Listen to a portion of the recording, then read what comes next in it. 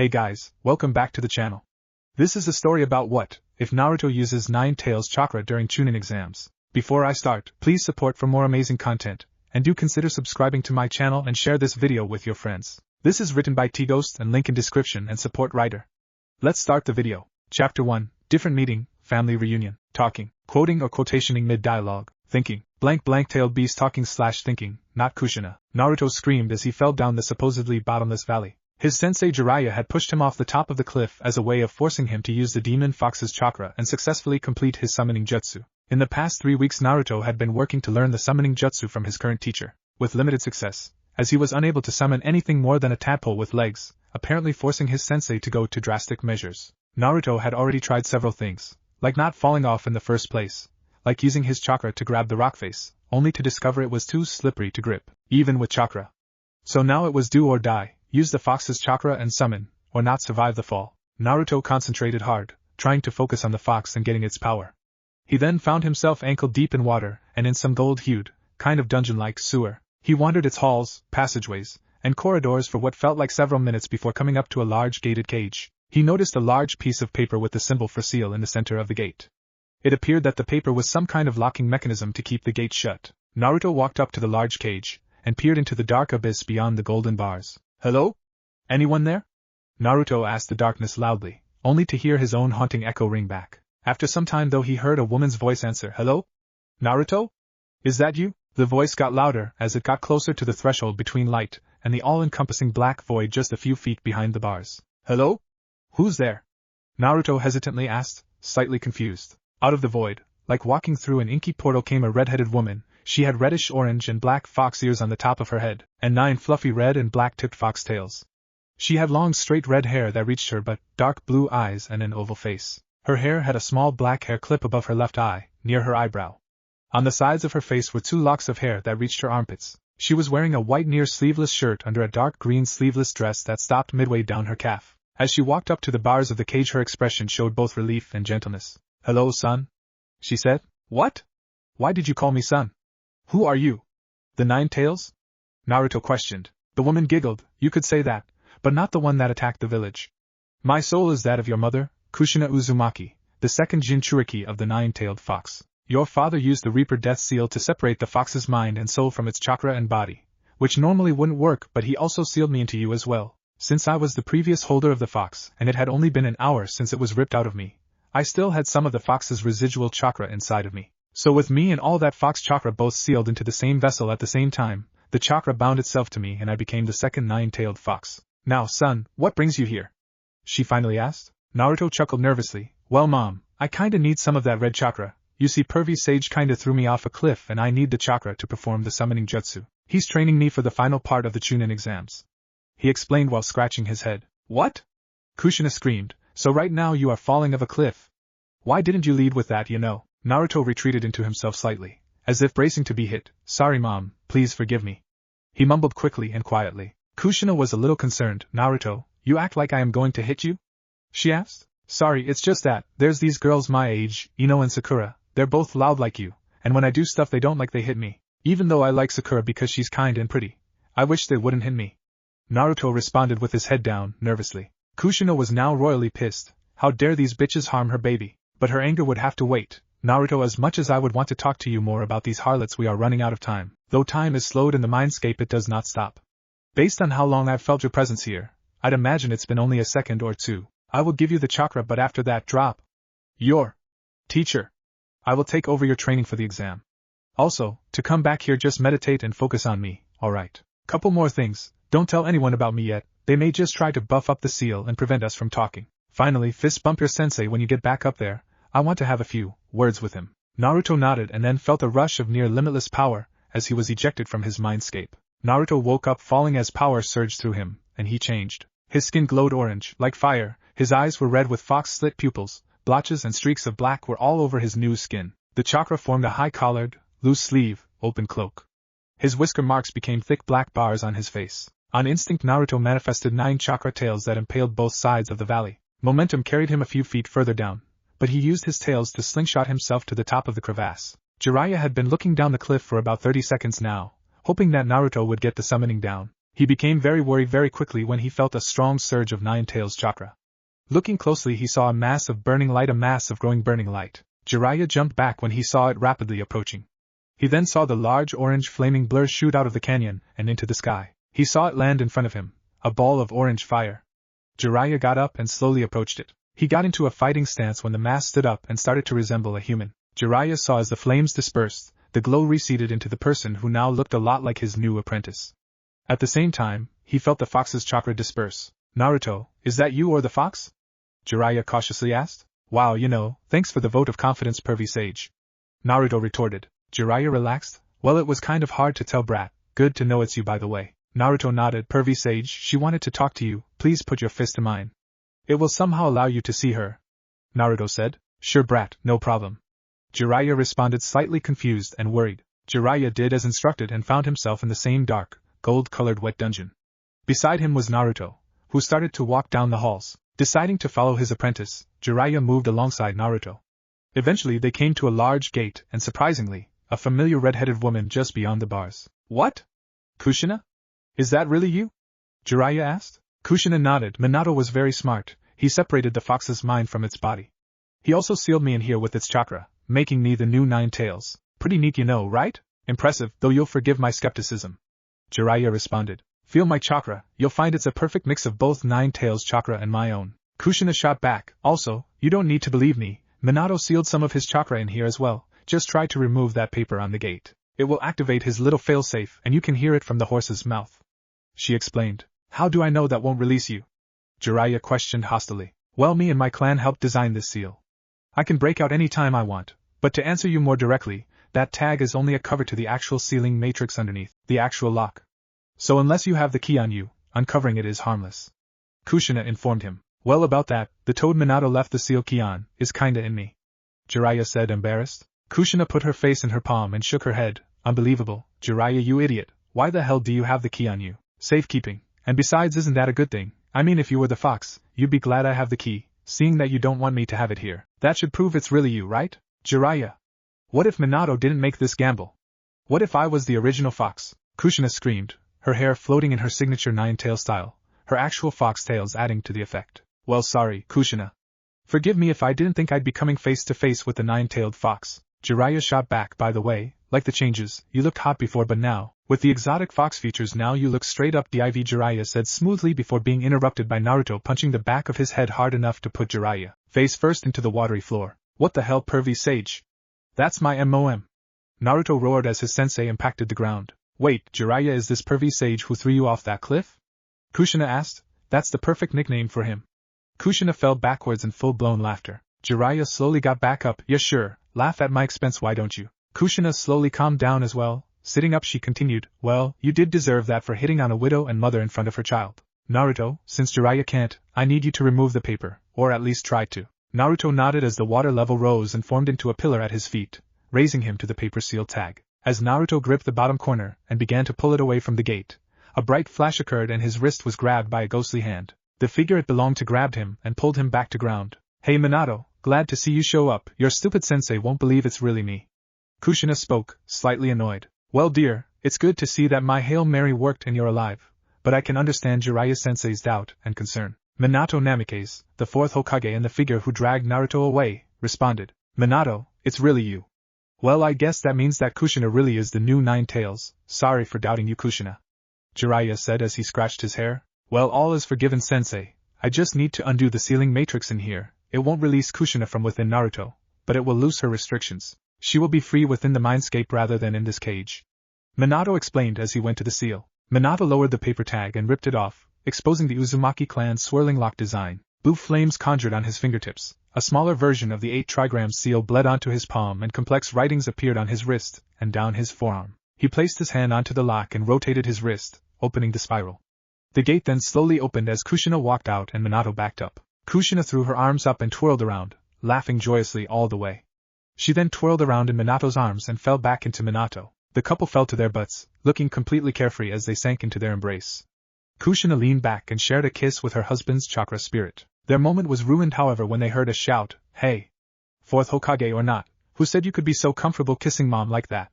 Naruto's voice rang. Kushina laughed, genuinely amused, while Minato was severely confused. What do you mean, Naruto? Of course I'm comfortable kissing Kushina.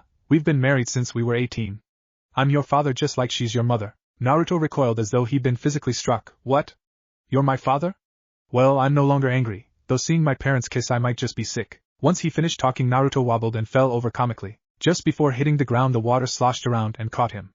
Naruto was then floated over to Kushina and Minato. So, this is what he's grown up to look like. God, he looks what, 10? Minato spoke absently. According to what I know, Bratz is 12 years old, and I have to wonder, are you here to stay, Minato? Jiraiya said. Kushina and Minato both frowned solemnly. Sorry, sensei, what you see before you is just a chakra spirit clone made by a dying man. I only have so much time before I fade away, just long enough to see my son, open or close the seal, and leave a Horatian seal tag behind so Naruto can learn it. Kushina turned around and hugged Minato, and after a brief kiss, she conjured a blank scroll, handing it to Minato. He opened the scroll and laid his palm on the center of the paper. Sealing text flew out from under his hand and spread out over the scroll. Minato removed his hand to reveal a complete Horatian tag formula. This should be everything required to learn what made me the Yellow Flash. It will tell him how to use the jutsu, how it works, and how to make his own tags. Minato spoke as he and Kushina got to their feet, and as he rolled the scroll back up and handed it to her. Goodbye, Kushina. Thank you. For he was cut off by Kushina kissing him. Minato, we already did this when we were impaled over that altar you placed Naruto on. We don't need to do it again, just hold me while you go. Kushina said through tears. Minato nodded and wrapped one arm around Kushina's back and one around her waist. Kushina grabbed Minato's back tightly as she silently cried into his shoulder. The pair stayed like that for about a minute before Minato started to glow and become increasingly transparent. It was not much longer before he disappeared completely. Kushina then fell to her hands at the loss of stability afforded by Minato. She cried for a little while longer before she made her way over to Naruto. She placed his head in her lap and ran her fingers through his hair. After a moment or two, Jiraiya decided the personal family moment was over and he could re-enter the picture. Kushina, shall we discuss some things? He asked. Kushina nodded while still idly playing with her son's hair. Yes, I will be taking over his training till the final Chunin exam. I will need you to remove his name from whatever summoning contract you had him sign. Toad's right? By being my Jinchuriki, he will only ever be compatible with Fox or Kitsum summons. Just like I was and just like Lady Nito was. I will give him the contract when he wakes up. Oh, and one more thing. Push my baby off a cliff again and family friend or no, his godfather or no, I will kill you, she said as she pushed her killing intent into the air, freezing Jiraiya in his place as the full brunt of her nine tails power bore down on him. SS sure Keiku Kushina, www will DD do. Jiraiya stuttered out. Kushina let up on trying to get her late husband's sensei to piss himself. Glad to know we understand each other. Also, when you leave, drop Naruto off at his home. Oh, and one more thing, I know you are going to tell the Hokage about this. Let me guess, Sarutobi? But aside from him, please keep this on the down low, okay? Jiraiya nodded, sure, okay. Jiraiya was then forced out of the mindscape by Kushina. Once out of the domain of Naruto's mind, Jiraiya rushed forward and caught the unconscious Naruto. Slinging the genin over his shoulder, Jiraiya leaped off to head back into the Leaf Village.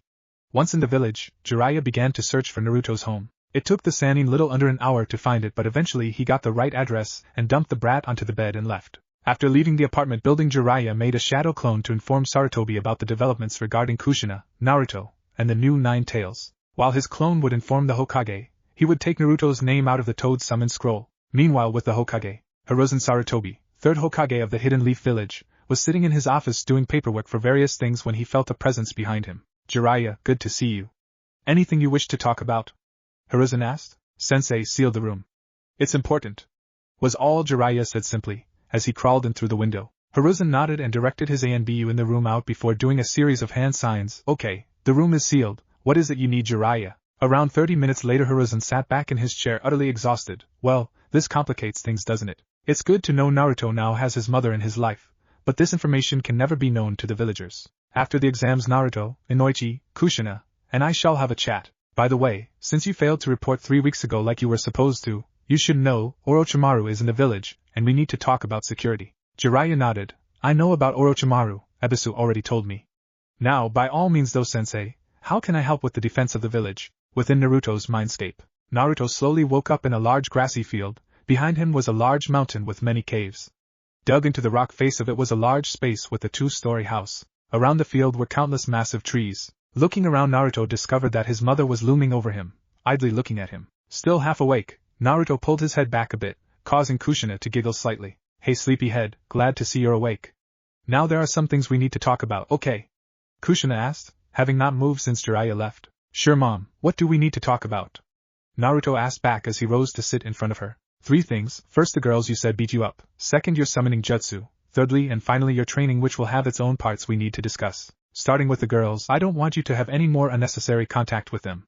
I don't want my baby to suffer any unnecessary abuse from his fellow ninja. Kushina started. But mom, Sakura is my teammate, and I like her. She's super nice when she wants to be, and she's really pretty. Naruto retorted. Naruto, she abuses you to the point that you fear any woman with a raised voice is going to hit you.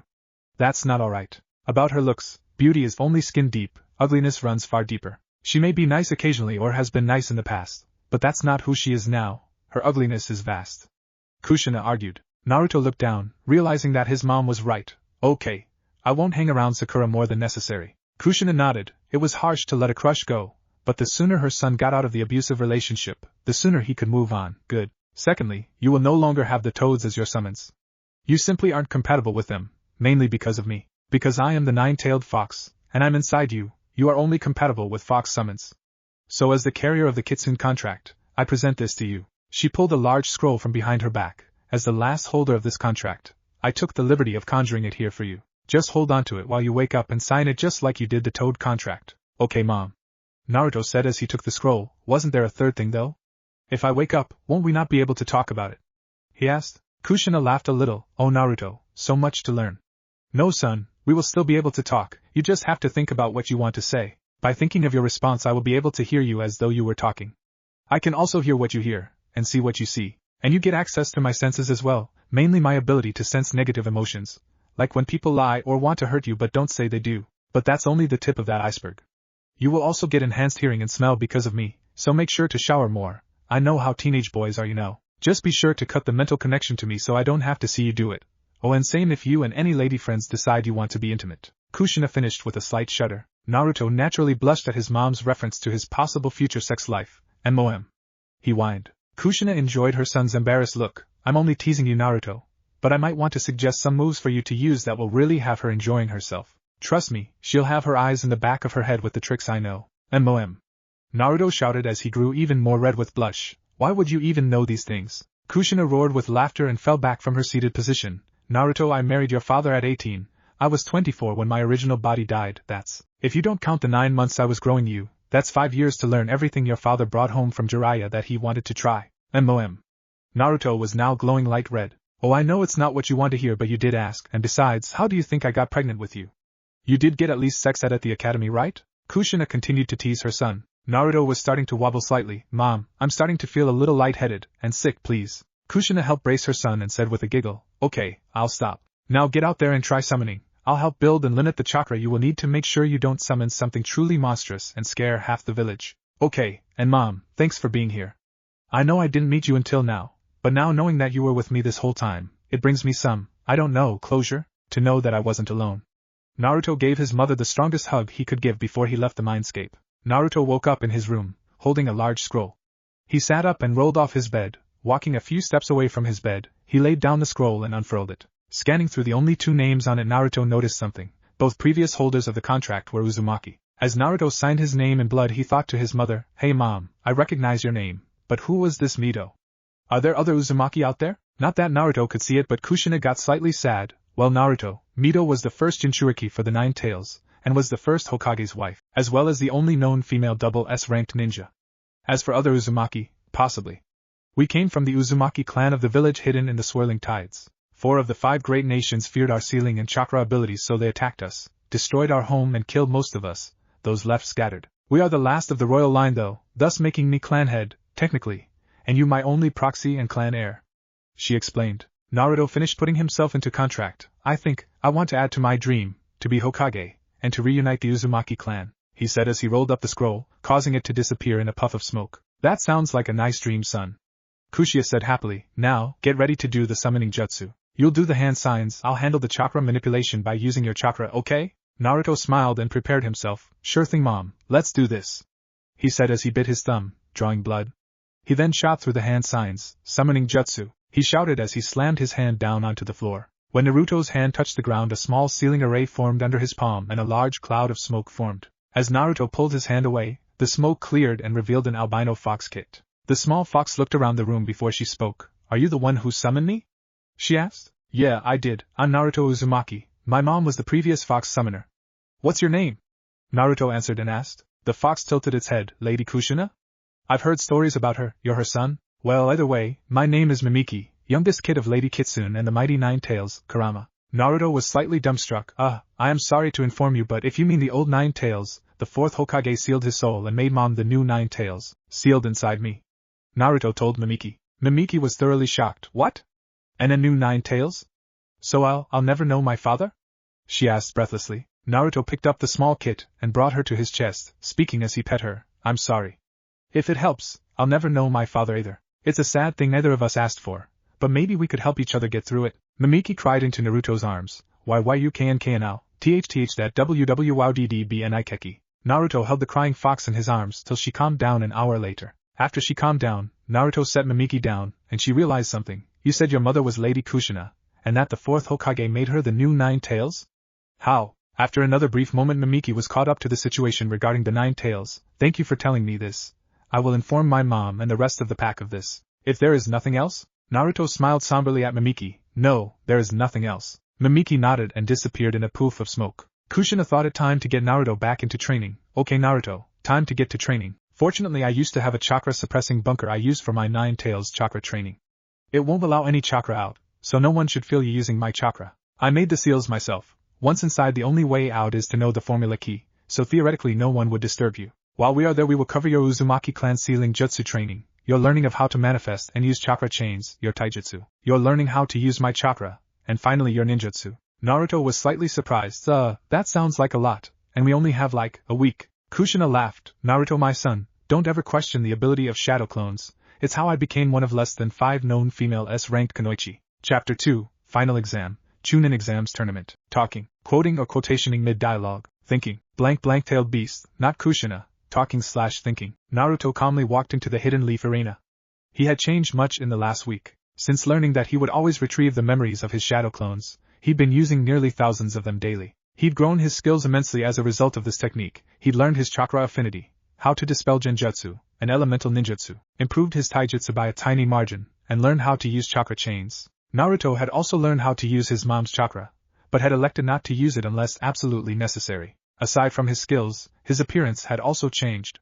He dyed his hair red, and got a brooch that was a growling fox head with 9 tails coming out of the back of its head that swirled around under the fox's jaw. The eye of the fox was a large ruby. To finish off the look he wore a red, hooded cloak with the same fox head logo in black on his right shoulder, and an Uzumaki clan swirl outlined in black on his left. On the back of the cloak was a large number 9 done in black. His weapons were also not exempt from the cosmetic change. His kunai each had 9 red, black-tipped streamers tied to the ring at the end of the knife, and his shuriken had been swapped from the standard 4-pointed version to 9-point variants. Naruto had his hood up, obscuring his face as he walked up beside his fellow contestants. When asked by the proctor who he was, Naruto just tilted his head so the proctor could see his face under the hood. The proctor nodded his understanding. In the Kage suite, Hiruzen sat patiently waiting for the Kazekage. As he looked at the 7 gathered competitors astutely, he noticed who had and hadn't changed in the last month, who had and hadn't trained to the bone. His information regarding Naruto's newfound closeness to the fox was confirmed when he took one look at the boy's apparel. The old Hokage knew this outfit would do him no favors in winning over the hearts of the village,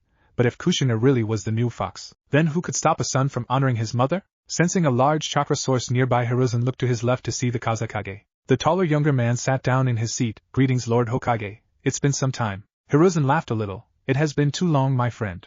Shame our villages keep us Kage apart. There would be less war if we could settle things among ourselves. The Kazekage's eyes held a hidden look of contempt. Perhaps not Lord Hokage.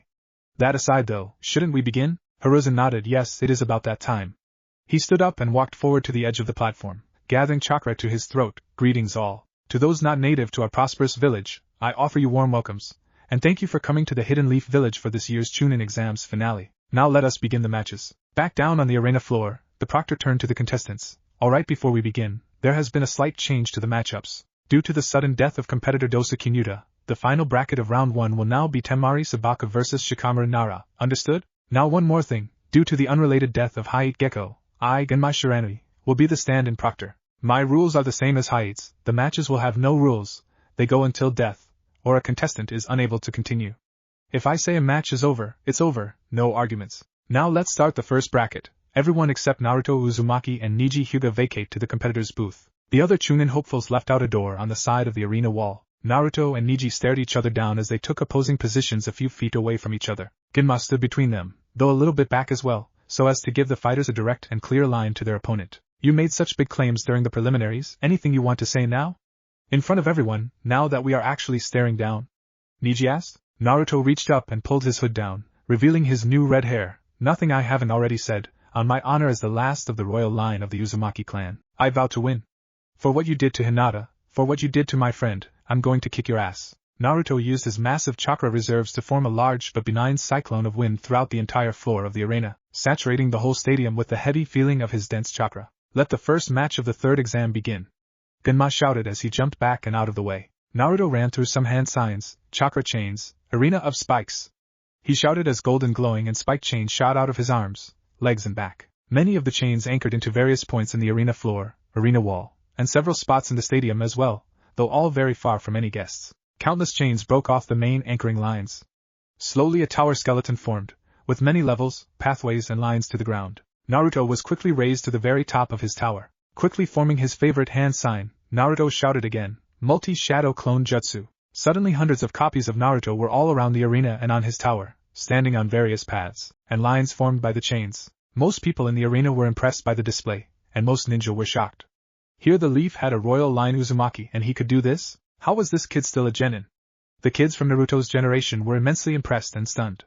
How could the dead last do this? Not to mention what he said about an Uzumaki clan. The shadow clones descended on Niji en masse, but the young Hyuga was not scared. Activating his Byakugan, Niji instinctively got into his fighting style, the gentle fist, the primary fighting style of the Hyuga clan. As the clones got close, Niji used his fighting style to its fullest, dispelling his opponents with as little as a tap each. Fool, does he really think he can beat me with these chakra constructs and shadow clones? Niji thought to himself, I just need to get in close to one of these chains and pump enough of my chakra through them to disrupt his whole house of cards. This fool can't change his destiny.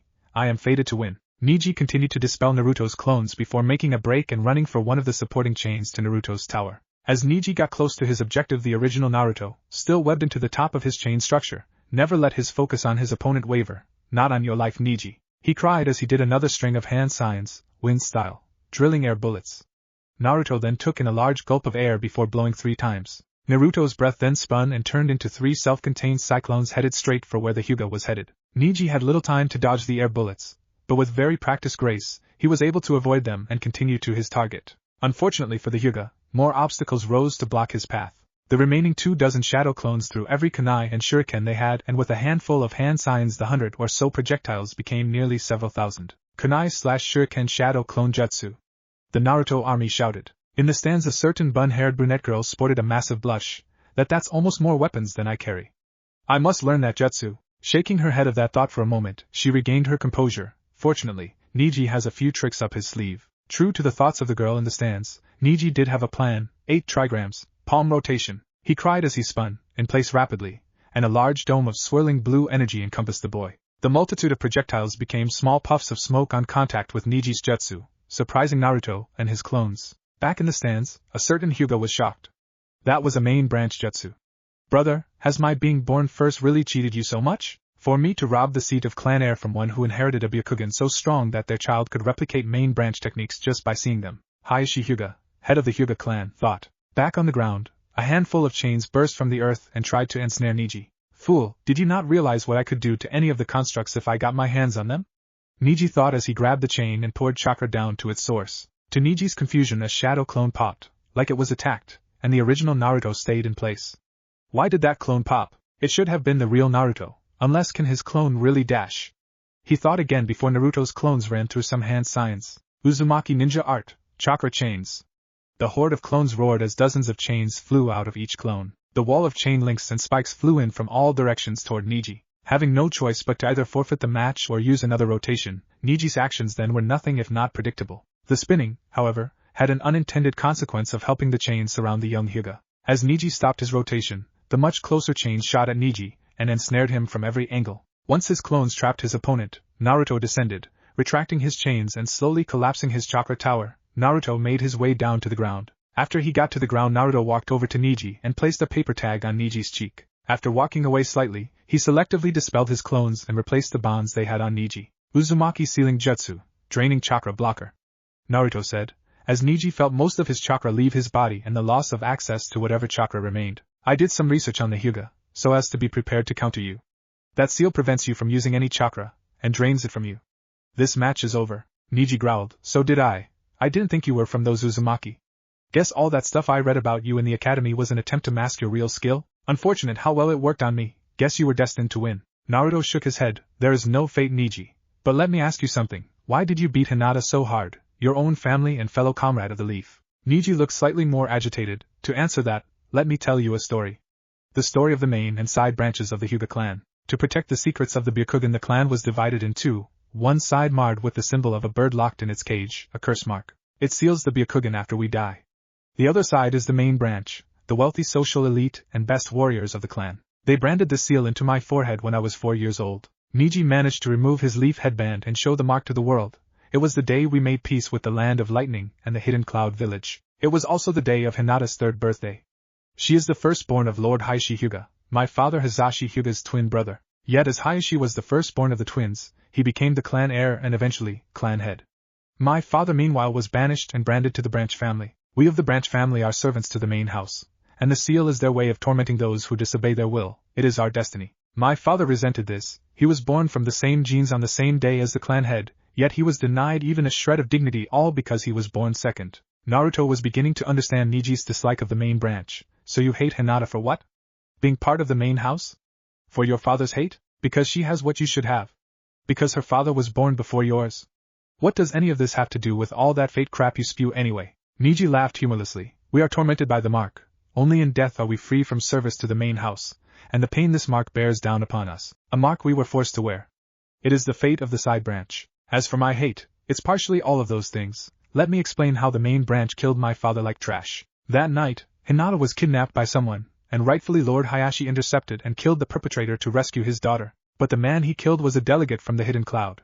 The Reikage wanted the Byakugan for his village, and tried to steal it. The Reikage could not stand that his mission failed, and so tried another way of getting the secrets of the Hyuga clan, by demanding the head of the man who killed his shinobi. In using this excuse, he would have rightfully had the head of Hayashi Hyuga, but the clan could not let this be, so they killed my father instead. Since they were identical twins, the cloud was none the wiser.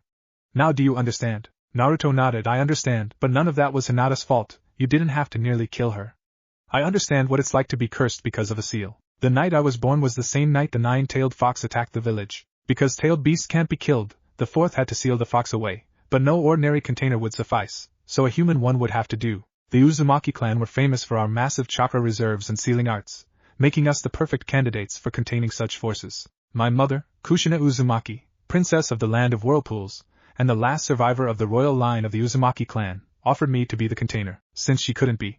She helped the 4th fight the beast and seal it inside me. All my life I was abused and hated by this village, but as much as I can never forgive the 4th, I can also never thank him enough. My mom was mortally wounded fighting the fox, and protecting me, so the 4th gave her a chance to live again. He didn't have to die to seal the fox inside me, but he used a seal that allowed him to tear the fox's soul and mind from his body. He sealed the fox's power and body inside me, along with my mother's chakra and soul. The result was a 1 in a million gamble that the fox's chakra and my mom's chakra would bond, so that she could be the new fox, and we could use its power to protect the village.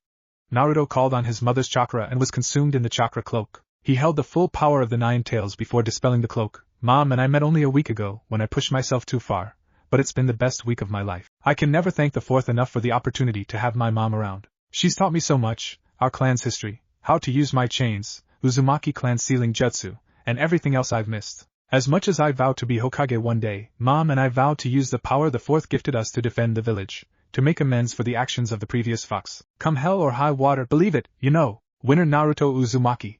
Genma shouted as the crowd roared with applause. The people had reversed their opinions of the fox brat, seeing how well he controlled the fox's power, and as the fox who attacked the village was no longer around, they all knew that they would never apologize, but most would no longer continue to hate the boy. To those who knew the woman personally, there was no mistaking the feeling of her chakra. Even if it had the power and ferocity of the 9 tails, there was no replicating the warm, joyous, carefree nature of Kushina's chakra that permeated throughout the energy. It was all the confirmation anyone needed to believe his story.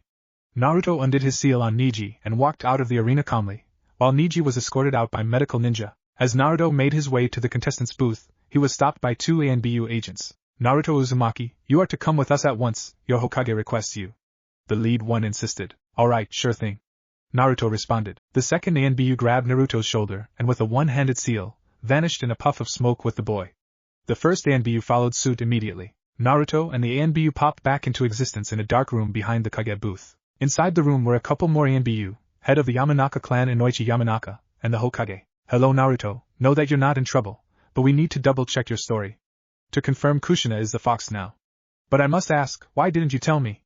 Hiruzen asked. Mom said that you wouldn't believe her, and you would just assume she was the fox no matter what.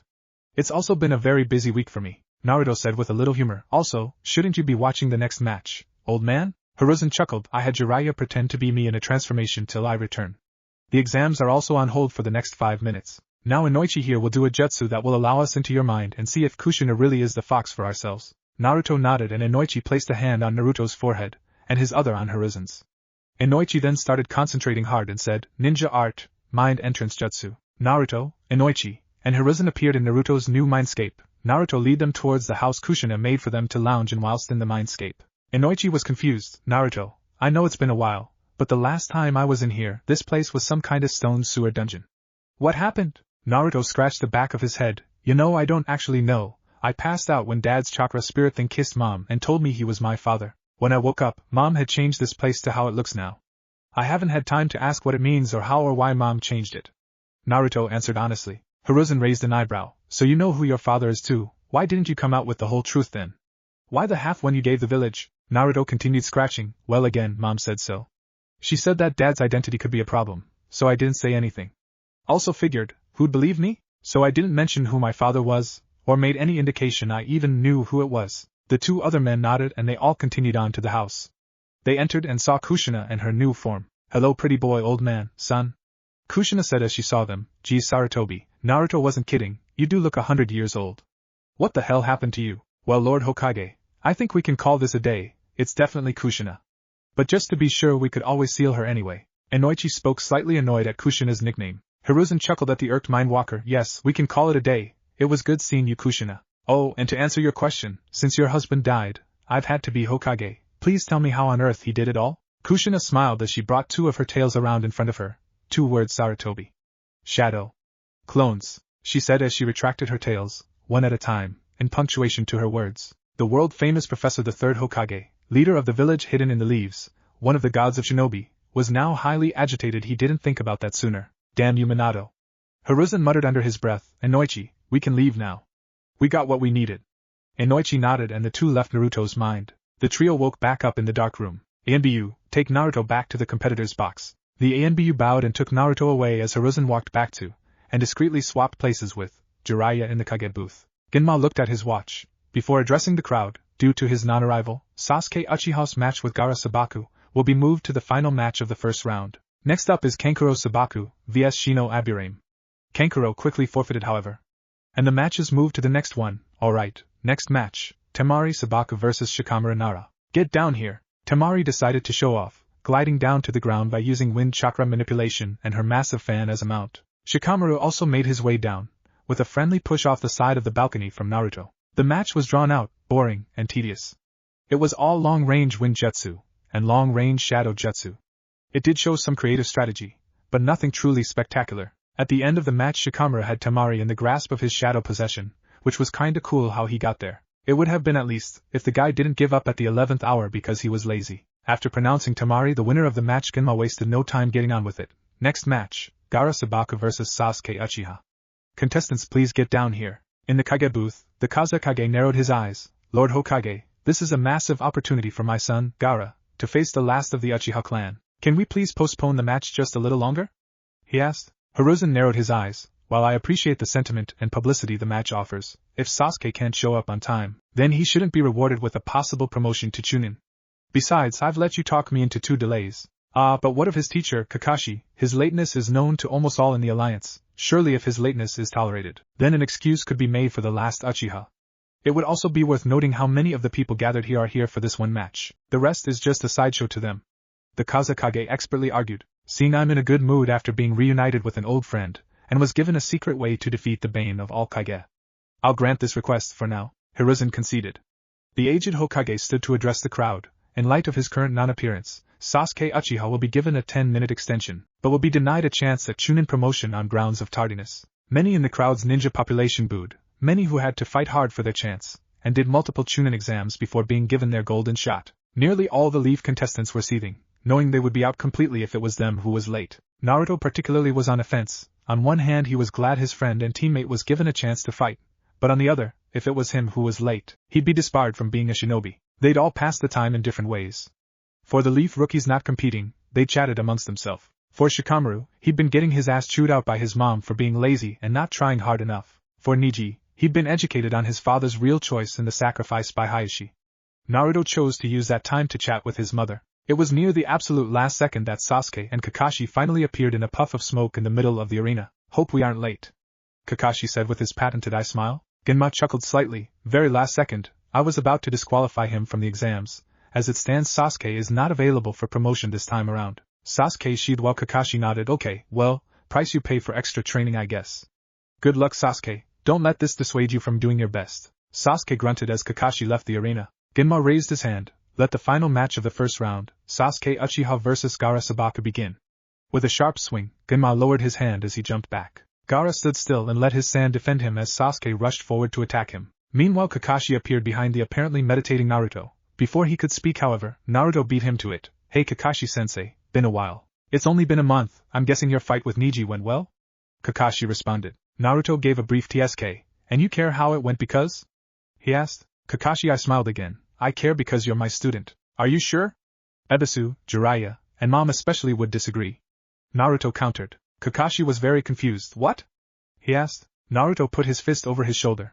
"Place your hand on mine, and I will explain." Kakashi complied and found himself face to face with Kushina and Naruto in the mindscape. "Hey brat. Long time, no see. Glad to know how hard at work you were helping raise my son, your adopted little brother." Kushina lectured. "Oh, and since everyone's curious, long story short, I'm the Nine Tails now." Kakashi paled and braced for the worst ass ripping he would ever receive. "Auntie Kushina, surely we can talk about this," Kakashi begged. Kushina's hair and tails started flailing. "Nope, you ditched Naruto for 12 years to the wolves, and one of the only times you can make up for that lost time you go to the Uchiha brat, who by the way is presumably a relative of the man who almost successfully orphaned my son." Kakashi gulped, and resigned himself to his fate. After what felt like an eternity Kakashi was removed from the mindscape. Once free from a terrifying Kushina tongue lashing, Kakashi walked off with a haunted expression. Naruto meanwhile turned his attention to the fight. Back in the stadium Sasuke continued to give his all against Gaara.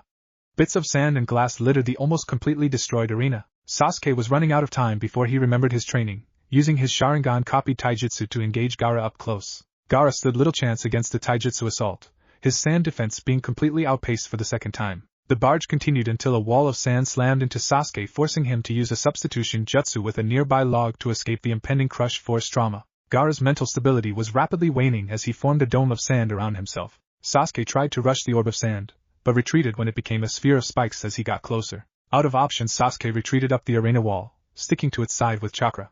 He then began a long string of hand signs. In the stands, many hidden sand ninja became increasingly concerned about Gaara and the tailed beast within him. They feared he would release the one tail and start the invasion early. The preparations might not be ready by the time Gaara went rogue. Temari and Kankuro were especially worried for their baby brother. Baki, the sensei to the Sabaka siblings, was also very concerned as despite all the effort and warnings and planning and counter-planning, Gaara might lose control anyway. Sasuke finished his string of hand signs, ninja art, lightning style, Chidori, 1,000 birds. He shouted. An orb of concentrated lightning formed in Sasuke's hand. The electrical ball screeched loudly. He rushed full tilt down the side of the arena. As the ground came closer, Sasuke ran forward on the actual ground towards Gaara's sand. With a mighty cry and Sharingan eyes blazing, Sasuke's jutsu collided with the ball of sand, cutting through it like a hot knife through butter. Screams came from within the sand barrier. "Blood! It's my blood!" Agrog! Gaara's cries roared, standing the hairs on just about all but the toughest and hardened ninjas' bodies. The next thing anybody knew was white feathers raining down, and most civilians and many ninja falling asleep. As icing on the cake, the Kage box exploded, and the Kazekage held the Hokage at knife point. Chapter 3, Invasion. Talking, quoting or quotationing mid-dialogue, thinking, blank-tailed beast, not Kushina, talking/thinking. For large, 1,000-foot-long pythons poofed into existence in the forest outside the Leaf Village, slithering quickly toward the wall of the village. No one could stop their advance as they crushed the first lines of defense for the great ninja village. An army of sand and sound ninja flooded behind the serpents. They steamrolled past whatever Leaf ninja stood in their way. Back in the stadium, any ninja still awake fended off the hordes of enemy ninja as they appeared from the sleeping crowd. Most of the Leaf Genin rookies all gathered around and tried to assist their Jonin sensei. Kankuro and Temari rushed to evacuate their brother. Baki gave them orders to stabilize Gaara until he could release the one tail. Ginma fought Baki as Sasuke and Shino followed the Sabaku siblings. On the top of the arena, the Kazekage revealed himself to be Orochimaru, and his 4 guards put up a barrier and isolated the Hokage from any reinforcements. Naruto, seeing this from the ground, leaped up to the ANBU surrounding the barrier. "Hey Mom, do you think you could tag in for a bit and open the barrier?" Naruto asked his mother. Kushina, having studied the situation through Naruto's scenes, agreed hastily. Briefly taking control of her son's body, Kushina laid a hand on the ground near the barrier, and using her chakra as a medium, she formed a complex sealing formula. Once the seal finished forming, Kushina did several hand signs, Uzumaki sealing jutsu. "Barrier override," she shouted out, the voice emanating from her son's body being Naruto's with hers being a ghostly echo. A doorway-shaped hole formed in the wall of the barrier, and Kushina/Naruto walked through. NBU tried to follow, but the seal was temporary, the doorway collapsed, and the wall was made solid once more.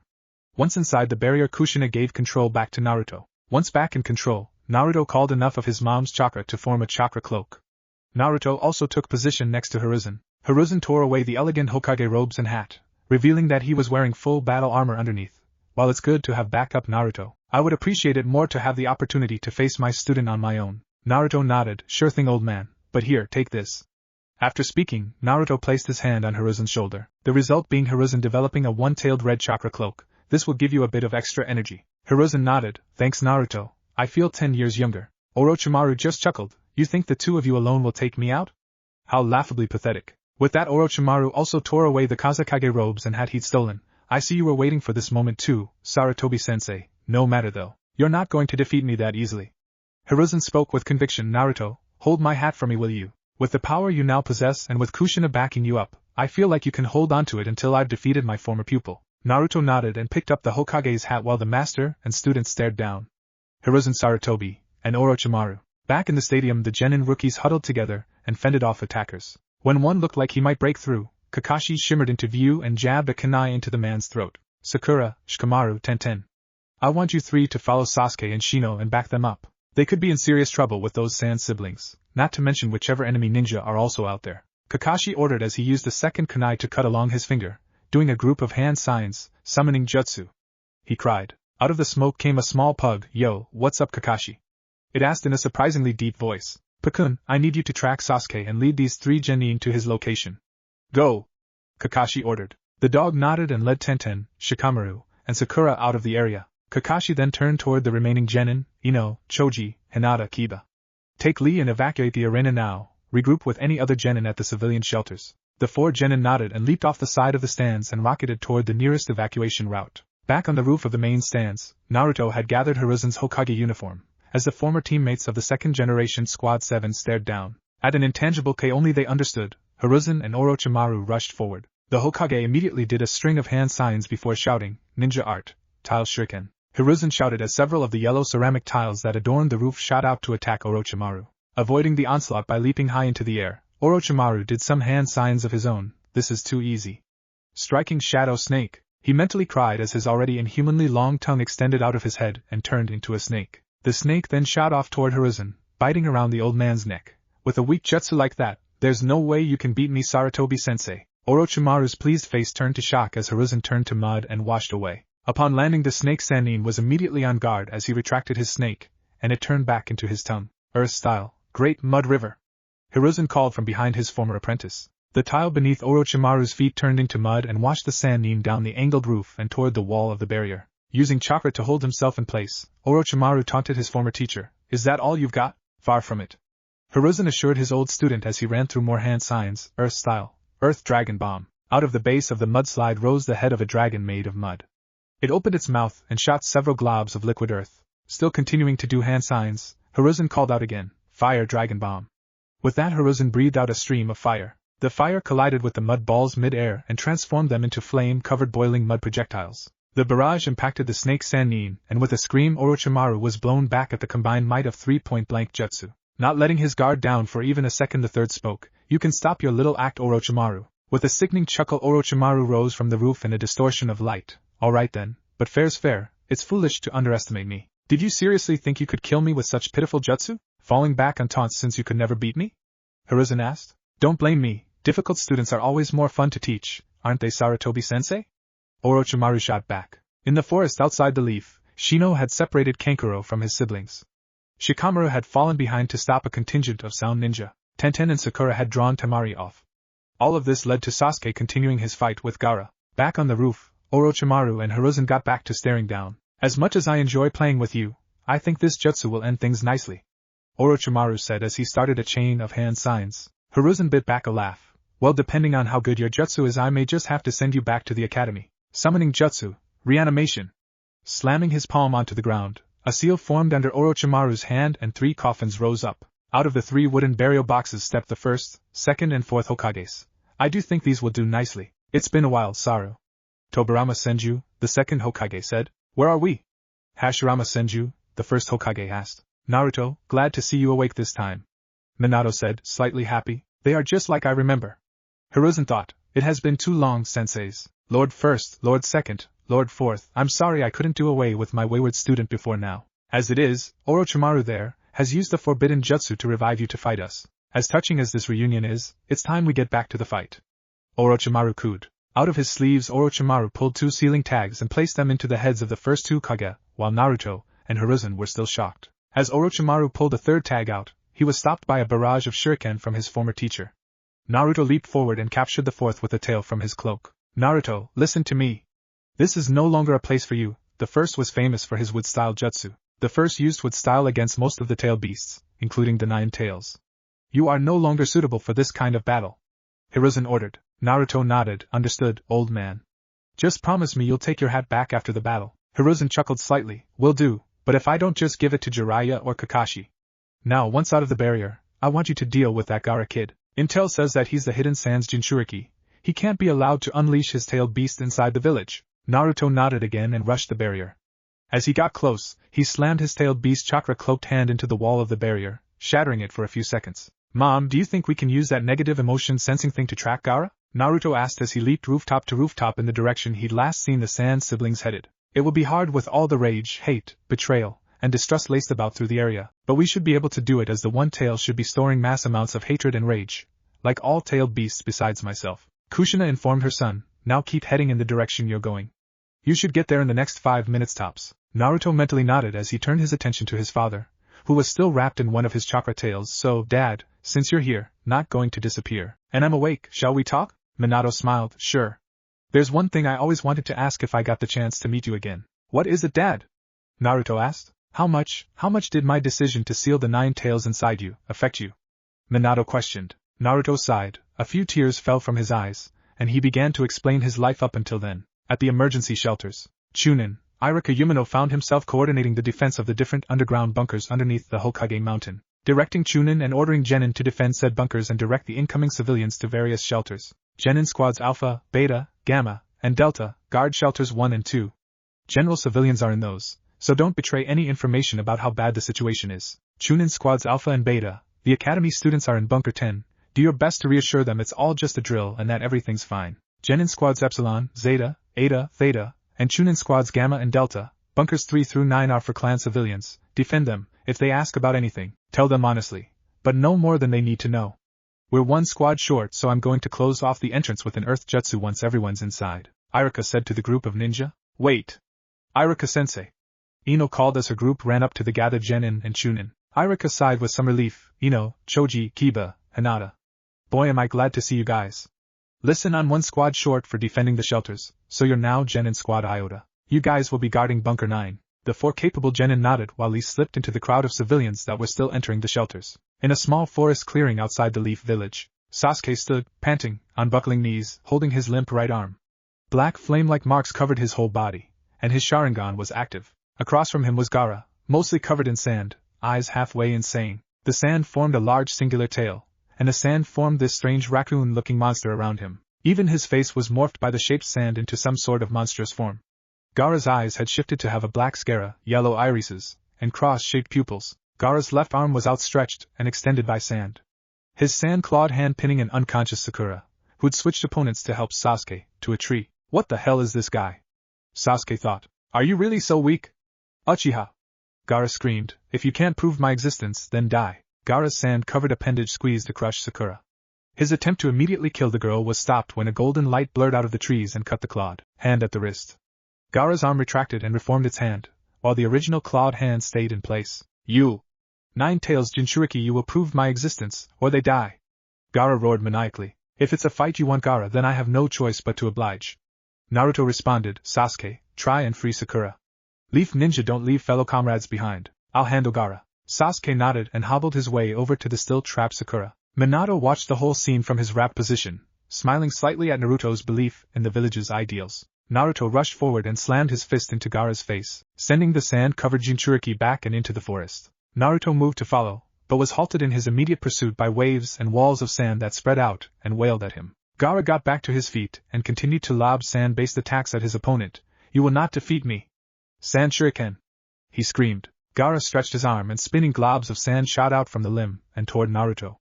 The sand projectiles slammed into Naruto. Gaara's manic smile turned into a frown when Naruto burst into a smoke puff and a tree log fell to the ground. The next thing Gaara felt was Naruto's fist impacting the side of his face, sending the rabid Jinchuriki flying. Minato casually observed the battle, not hiding the pride he felt for his son. I'm proud of how far you've come, Naruto. Your life may have been harder than I would have hoped, but you've truly started down the path toward being the best man I could have hoped for. With Orochimaru and the Hokage, Hiruzen stared at his predecessors and his wayward student. Are you really so incapable of killing me yourself, that you need to revive 3 dead Hokages to carry your weight? You always did preach teamwork, Sarutobi-sensei.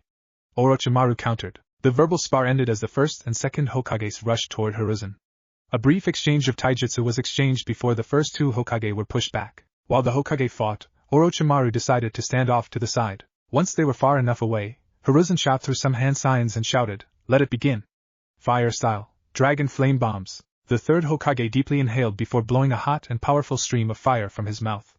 The flames rushed toward his 2 opponents. Before they could reach them, the second Hokage made a string of hand signs, water style, water wall. A torrent of water made from the ambient humidity formed a strong barrier of liquid between the Senju brothers and the flames. As the fire died down, the second Hokage strung more hand signs, water style, water shockwave.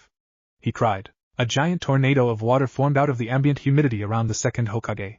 The swirling wave of water formed into a wave that shot straight toward Hiruzen. The third Hokage made his counter as the water rushed him, earth style, mud wall. With his call, a large rock barrier formed in front of Hiruzen. The new ocean, however, was relentless and splashed around the side of its barrier, forcing the elderly Kage to leap to the top of his wall. The torrent of water stilled as the liquid filled a large section of the contained roof. Using the water surface walking technique, Hashirama ran full tilt toward Hiruzen, who had jumped down to the water surface. The red chakra around Hiruzen causing the water around his feet to bubble and boil, creating small rises of steam beneath the old Kage. As his enemy approached, Hiruzen prepared another jutsu, fire style, flaming bolt barrage. Several shots of fire flew toward the fast-approaching first Hokage, who blocked the attacks with ease using his wrist guards as shields. Hashirama was now upon Hiruzen and a quick taijutsu exchange was made that left the third Hokage face down in the water. As quick and strong as ever I see, Hiruzen said as he struggled back to his feet. While the third recovered, he didn't notice the bubbles rise up behind him. When he finally did notice, however, it was too late. 5 streams of water burst forth and grabbed him, rapidly dragging him beneath the water surface, barely giving him enough time to scream. Fighting the 2 of you at once is quite a challenge, Hiruzen thought to himself as Togurama continued to drag him down. Somehow managing to break free, Hiruzen torpedoed out of the water and rushed up his still-standing earth wall. Once on top of the wall, however, jet-like streams of water shot him, missing, but destabilizing the top of the wall and causing a collapse. To slow his descent, Hiruzen leaped up the falling debris. As the chunks of rock fell, Togurama allowed the water to recede, ensuring that there would be no soft landing for his opponent. Hiruzen made one final leap to the ground and landed in a crouch, breathing heavily. As he looked at the ground, Hiruzen noticed some plant life beginning to emerge from between the roofing tiles. No, Lord First Kekkei Genkai, he thought. Wood style, deep forest creation. Hashirama spoke as massive trees erupted forth and shaped themselves around him. Hiruzen tried to dodge, but was quickly wrapped up in the winding branches. The 9 tails chakra rapidly waning the longer he was held in the trees. The 2 resurrected Hokage converged with Orochimaru before the trapped third Hokage. Well, Sarutobi-sensei, it looks like this fight is over, doesn't it? Orochimaru mocked. Having bitten his thumb earlier and done some hand signs while dodging, Hiruzen struggled valiantly to place his hand on the closest branch. Ninja art, summoning jutsu. Monkey King Enma! He shouted as a large mass of smoke appeared. Enma walked out of the dispersing smoke and stared down Orochimaru. Without missing a beat, Orochimaru ordered the first 2 Hokage to rush the summoned animal. However, the Senju brothers were little match against the pure strength and taijutsu of the Monkey King. Monkey ninja art, transform, adamantine staff. Enma shouted as formed into a bow's staff beneath a veil of smoke. Enma's staff form shot out at the wooden binds holding Hiruzen, and shattered them like glass. Hiruzen landed between the recovering Senju brothers as he caught Enma. Well, at least this is interesting now, Orochimaru said before he pulled his sword out of his mouth. Sarutobi, we must end this as quickly as possible. I recognize Orochimaru's blade, the grass longsword. Even in this form I will be unable to take even a single hit from it, Enma informed the elderly Kage. Agreed. I have a plan, but to do it would require that we get Orochimaru's sword out of his reach. Having Naruto and Kushina here right about now would be opportune. The chakra they've given me is out, and their sealing jutsu skills would be most handy in this endeavor. Hiruzen stated as the red chakra cloak finally receded. With Naruto, Gaara smiled maniacally as he got back up. You are a worthy opponent, Uzumaki. But now you will die to prove my existence. Ninja art, play possum jutsu. Gaara's head fell forward as all the sand in the area rushed toward him. The glob of sand continued to grow larger and larger until it was half the size of the Hokage monument. Once at that size, the glob started to take shape and become recognizable as the great and mighty one-tailed tanuki, Shikaku. Freedom at last. Face my wrath, humans. Ha ha ha ha ha. Shikaku roared. Son, do we have a plan to do anything about that? I mean, Orochimaru still has control over me, and it's not like I can pledge my soul to the Reaper twice. Minato asked his son. Naruto, we are going to have to do a full transformation to combat the One Tail. I'll give you some more of my chakra, molded into my fox form. Kushina spoke through the mind link. Understood, Mom. Let's just hope the villagers don't get any heart attacks. Naruto acknowledged. They've got bigger problems, you know. Kushina shouted back. Though her son could not see it, she held a small smile at his antics. The goldish red chakra around Naruto exploded into the massive form of the full nine-tailed fox. Though unlike the form of the previous fox, this new form was just shaped golden chakra with black markings. The form was transparent with Naruto at its center, at the heart of the beast. Minato was no longer wrapped up by the foxtails, instead he was floating in the nine-tails chakra, just a few feet behind his son. If you want to destroy my home and my friends, you're going to have to get past me first. Believe it! Naruto strained his vocal cords to shout so loud, ensuring his message was heard by all. Don't count me out either, you know. I died once to protect the leaf and my son. I will gladly stand and face down yet another tailed beast for them again. Kushina shouted through the nine tails chakra construct's mouth. All the sand, sound, and leaf ninja all stopped momentarily upon seeing the two titanous-tailed beasts appear. Even Orochimaru and Hiruzen temporarily stopped their battle to observe the massive struggle. The sound ninja were overcome with profound dread at the feeling of two powerful forces about to collide. The sand ninja now had doubts about whether or not to continue the invasion. It would all hinge on Gaara and Shikaku now.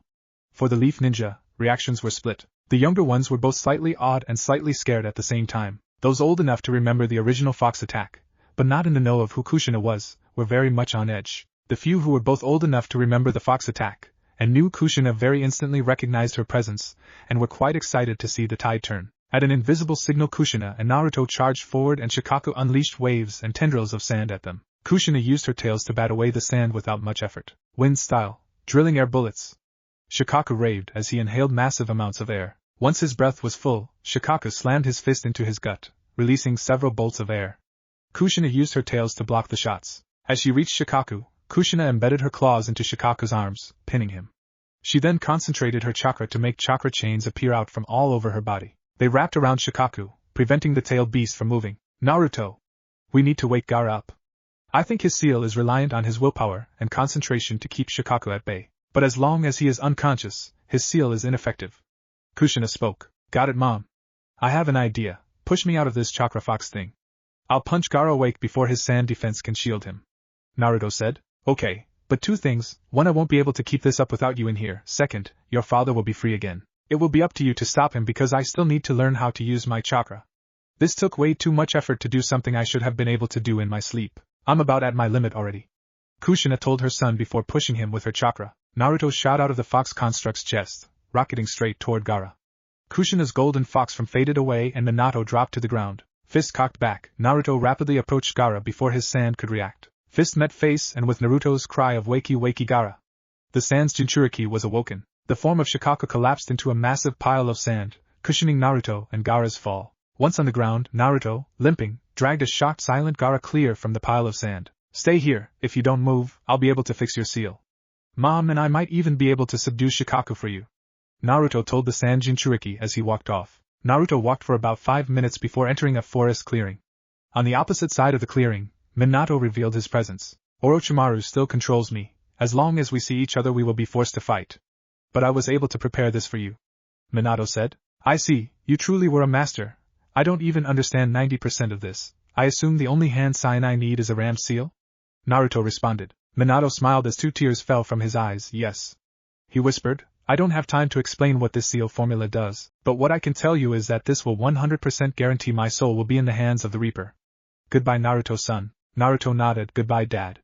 Ninja art, foreign seal activation. The whole clearing lit up as seal script written on the ground glowed blue and red. In a flash of light, Minato was gone. All that remained was a rapidly disintegrating seal array, dust, and the corpse of the man Orochimaru sacrificed to raise Minato. Gaara lay down, not moving, silently watching Naruto re-enter the small break in the forest where he'd been left. Naruto rolled Gaara over onto his back when 7 shadows entered on both sides, a group of 5 and a group of 2. The group of 5 was Shino, his father Shibi, Sasuke, an unconscious Sakura over Sasuke's shoulder, and Tenten. The group of 2 was Gaara's siblings, Temari and Kankuro Sabaku. Everyone in both groups was heavily exhausted. Temari was the first to speak. Back away from him or die. She breathlessly spoke. What would she said? Kankuro said, equally exhausted. Like you could. My insects have taken nearly all your chakra. Shino responded. My poison it still runs in your veins. Kankuro countered. But not mine. Shibi spoke coldly. While Kankuro, Shino and Shibi had their play, so did Temari and Tenten. You will not touch him sand girl. Tenten said. You're all out of weapons bun girl. Temari spat back. Tenten smirked. All but one. She said as she unsealed a katana. What do you think is faster, my wind scythe jutsu, or your sword arm? Temari smirked back. Naruto growled, fed up with their pointless bickering. Will all of you stop?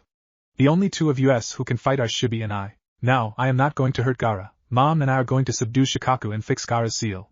So will everyone just calm down? Temari and Kankuro hesitantly relaxed, backing down. Shibi, Shino, Sasuke, and Tenten also backed down. Naruto nodded and got to work making a better seal for Gaara. In the Leaf Village, upon seeing their Jinchuriki collapse, the Sand Shinobi surrendered. Some even turned on their Sound allies, hoping that by assassinating a few enemy shinobi their old allies would show favor. Seeing his plan rapidly collapsing, Orochimaru released his jutsu on the first and second Hokage. Their forms collapsed into dust and dead bodies. All Sound forces. Retreat!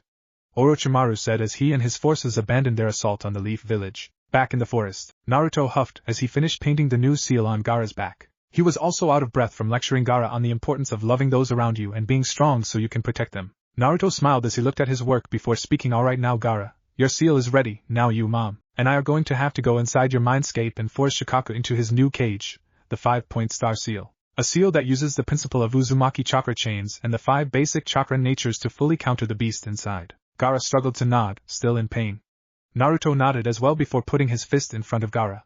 Gaara shockingly met Naruto's fist with his own. In an instant Naruto, Gaara, and Kushina appeared in Gaara's mindscape. Sand surrounded them for miles. The air was golden, and it was night, with a bright glowing crescent moon illuminating a bright gold-topped, limestone pyramid. The entrance to the fortress was styled after a skull, with flaming eyes. A staircase came out of the skull's mouth, and the gateway was just at the back of the jaw. Off to the side of the entrance was guarded by large black dog statues on large block bases. Damn Gaara, this is one hell of a mindscape, though I wonder why we're all the way out here. Usually when we enter it's just outside the cage for our tailed beast. Naruto awed. Let's just go. I assume Shikaku's old and new prison cells are in there. Gaara droned. Naruto nodded. Yeah, let's go. You lead the way, Mom will provide sealing experience, and you and I will fight Shikaku and push him into his new home. Kushina and Gaara nodded to Naruto's plan, and the 3 of them walked up the stairs and through the gates. Inside the walls of the pyramid, light was made by flaming torches. The corridors were all made of stone, sand coating every inch of the rooms and passageways. Eventually the trio entered a main chamber, with an old rusty iron cage that barely fit the raving Shikaku. As they got closer to the tailed beast, they noticed his form become increasingly unstable. The titan was rambling to itself in a harsh whisper. Shikaku shrunk to half his size and the sand from off him formed into a gargantuan woman with slight tanuki features. Hey Gaara, any idea what's going on? Naruto asked. It shouldn't be possible, but that woman, I think she's my mom. It's hard to tell because of Shikaku's features bleeding onto her. Gaara responded simply. Your mother who supposedly died to give birth to you. Who still had you inside her when your father sealed the one tail inside you? Kushina questioned. Gaara turned to her. How do you know? Kushina smiled. I have access to most of Naruto's memories. Mom, can we talk about that total privacy invasion later please? Naruto begged. Kushina turned to her son. Sure son, we can discuss boundaries later. Kushina's smile turned into a frown. Now though, let's get to the bottom of this. Naruto and Gaara both nodded and the trio moved towards the cage. As the three got closer to the cage, Gaara's mom seemed to win the battle against Shikaku and her body shrunk to normal size. Sand fell all around her. As Gaara, Naruto, and Kushina finally made their way to the front of the cage, Gaara's mom met them at the gate. She had light brown hair, blue eyes. She wore a dark brown ankle-length long-sleeve dress and a light tan scarf. "Hello Gaara, you've grown up strong, well stronger than when I last saw you. You were barely too big to fit in my palm." The woman spoke, tears filling her eyes. Gaara's eyes were wide. "How? Why?" Gaara's mom smiled gently. "The why is rather simple. I couldn't let them put that monster inside you, they wanted me to die. I made a jutsu that would superimpose my soul onto Shikaku. I underestimated my own will and the power of my jutsu. Shikaku and I are now sharing a body, it's why our actions appear insane. We're both fighting for control and are stuck in a stalemate. I don't have much time, you need to separate Shikaku from me, then I can answer all your questions." The three nodded and backed away from the cage for a private conversation. Naruto was the first to speak. "Well, it looks like she tried to do what you and Dad did, Mom. The only issue is she didn't have a way to get rid of Shikaku's soul. Any ideas, Mom?" Kushina concentrated for a few minutes. "She's only going to be in control for a few more minutes, so we are going to need a chakra absorption seal to drain Shikaku of his power. We'll put the drained chakra into the new seal. Once she and Shikaku are drained of just about all their energy, we can work on some sort of soul separation seal. Then we can place her consciousness and the rest of Shikaku's chakra into the new seal. She'll then absorb Shikaku's chakra as her own and become the new One Tail. With Shikaku's soul so weakened, the failing three-side seal should be able to hold him. Then all we have to do is remove the old seal from Gaara's back and Shikaku's soul will be released. With no physical body, his soul will be lost forever, until the Reaper gets it anyway. Then he's the afterlife's problem. Are there any possible risks or complications we could encounter?" Gaara asked. Kushina nodded. "Yes, this may give Shikaku a chance to fully possess you. There is also the issue of the chakra rejecting your mother. Then there is the fact that no one has ever in the history of ever separated two souls sharing a body other than the Reaper Death Seal. Since no one, I repeat, and no one is going to use that seal here today, we're going to have to make a seal that fits our purpose from scratch." Naruto smirked. "Let's do this. We'll wait here until you need us, Mom." Kushina walked back up to Gaara's mom. "Hi, my name is Kushina Uzumaki. You know, I'm the nine-tailed fox and I was human just like you. Now we're going to make you like me. So lift up your dress so I can write on your stomach and we'll start the process." Gaara's mom nodded with a blush. "Karura Sabaku." Karura slipped up her dress nervously. Kushina pulled out her sealing supplies from a seal on her sleeve. Karura got as close to the bars as she could without pressing against them, and Kushina started to paint against her abdomen. Kushina could all but sense Karura's embarrassment. "How about you tell me about how you got into this mess while I work?" she asked. Karura looked pissed. "My husband was a real bastard. I outlived my usefulness to him. I bore him a powerful heir in my middle child Kankuro, a strong, beautiful, and smart maiden he could marry off for political gain in my first, Temari. Finally I bore what he found most valuable, a weapon he could turn into a monster, my youngest son Gaara. He couldn't just kill me, that would have drawn too much attention, so he destroyed my body by sealing Shikaku into Gaara before he was born. This action led to Gaara's premature birth, and my death. But I was always smarter than people gave me credit for. I dropped out of the Shinobi Academy in the Hidden Sand because I failed the practical parts of the curriculum, but the academic stuff and the theory was what I excelled in. I became the Kazekage's secretary and later married Raza. One thing no one knew though was my hobby of studying all kinds of jutsu. No one suspects the ex-secretary, housewife, of knowing how to use jutsu. I made the jutsu to save my life and hopefully raise Gaara right. It's my power that controls the sand to protect him, and Shikaku who makes it kill." As Karura talked, Kushina finished her seal. "Okay, we're done here, you can drop your dress, Karura. I'm sorry about your husband, by the way. Funny thing is my situation is born of similar circumstances. I gave birth, had the original 9 tails ripped out of me by some psycho, hubby and I fought and subdued both the man and the fox. We're going to seal it in Naruto. We're made into a claw nail shish kebab by the fox. Minato came up with a better plan to make me the new fox, gave up his life twice over for me and our son, you know. The seal I placed on you should drain yours and Shikaku's chakra so we can split the beast from you. Just stay strong." Karura tearily smiled as Kushina pulled back from the cage. Kushina, Naruto, and Gaara stood off to the side and conversed while Kushina worked on the soul-splitting seal. The three waited for what felt like nearly an hour, watching Karura and Shikaku switch back and forth nearly a dozen times. Once she had an idea of how to make a working seal, Kushina pulled out a large scroll and got to work making a tag. "Okay, the seal is ready. I think our friends are also looking pretty drained, so I think it's time." Kushina spoke, breaking the comfortable conversation. "Gaara, Naruto, I'm going to need you two to keep Shikaku busy until I can place the seal tag. Once Karura and Shikaku are separated, you two need to keep him inside the seal while I lead Karura into the new seal," Kushina ordered. Naruto and Gaara nodded, and the three walked up to the cage. Gaara opened the rusty lock, and the gates opened wide. Kushina made a hand seal and turned off the chakra draining seal. "Bring it on, you filthy mortals. I will not be caged any more." I will slaughter you all! Shikaku roared. Gaara used his sand to push against Shikaku's sand. Naruto unleashed his horde of shadow clones and chakra chains. Once the great beast was bound and countered, Kushina snuck around and slapped a large scroll across Shikaku's back. She pushed some chakra into it, and it unfurled. The black ink on the paper turned green, tendrils of pure white chakra emerged from a swirl in the center of the seal. The tendrils stabbed through various points along Shikaku's body. Naruto, let go! Kushina shouted. Naruto recalled his chains. The white chakra then ripped Shikaku in half. Each half turned into a half-sized Shikaku, and a normal-sized Karura. Kushina led Karura to the new seal while Gaara and Naruto held off Shikaku. Kushina and Karura eventually made their way to the new seal. I know it's not super luxurious, but you will be able to alter it when it's all said and done. Just get in and it should take about a week for you to settle in with all that chakra. Maybe sooner because that's how long it took me, and the 9 tails is a lot more powerful than the 1 tail.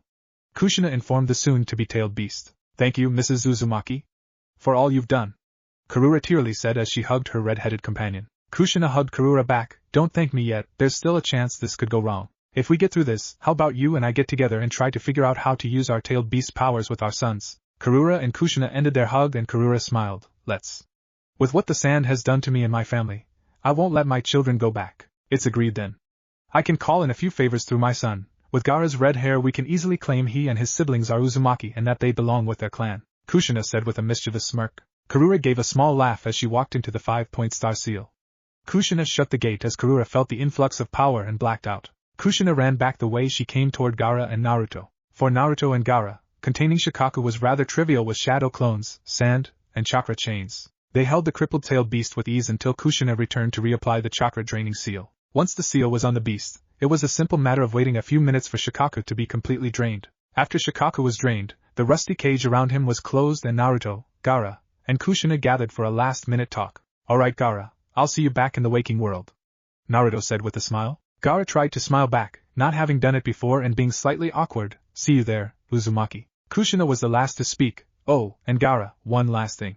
Karura wants you and your siblings to defect to the leaf. She'd tell you herself, but according to my experience at least, she's going out cold for a little while. I'll tell my siblings, Gaara responded. Kushina and Naruto nodded and in a flash of light, both were gone. Naruto jolted away from Gaara and everyone's eyes were on them. It's okay now, we're all done.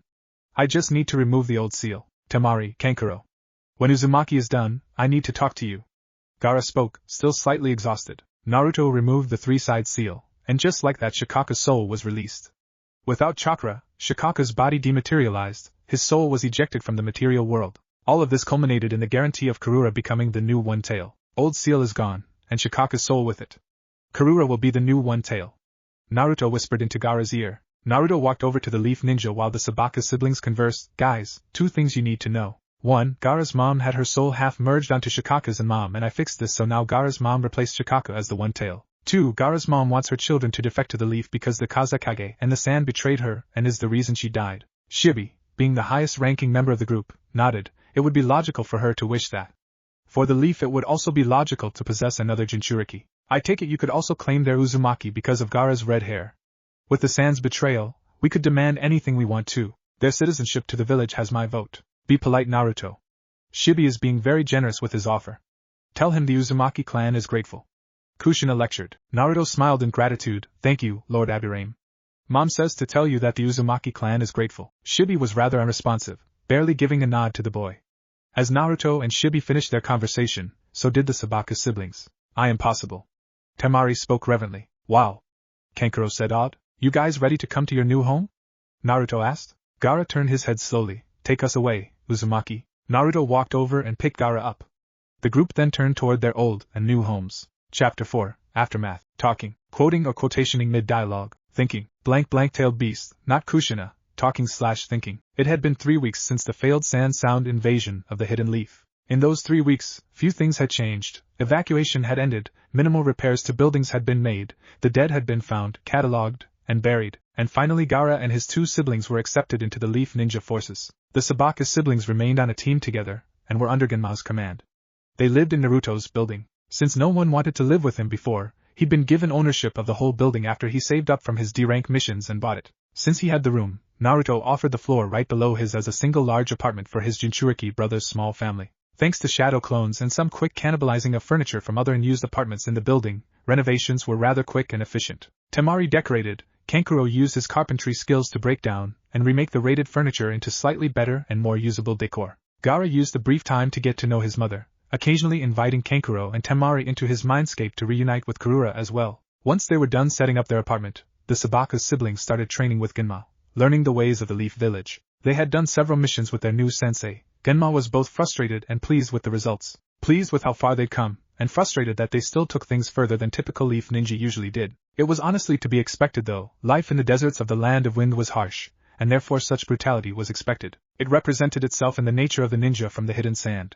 Once exposed to those unforgiving ways, it was a hard habit to kick. While things in the village were slowly going back to how they were, other parts were changing more. Hiruzen Sarutobi looked out his window. Behind him stood his last loyal apprentice in the village. Jiraiya, do you understand the mission parameters? Jiraiya nodded. Yes sure, simple fetch job, let me grab the brat and we'll be on our way. Hiruzen turned around to face Jiraiya. If you mean Naruto, I'm afraid that won't be possible. Why not? Jiraiya asked. Hiruzen spared a single chuckle for his old student. He came to me a day or so after the invasion. Flashback. Hiruzen sat, going over after-action reports.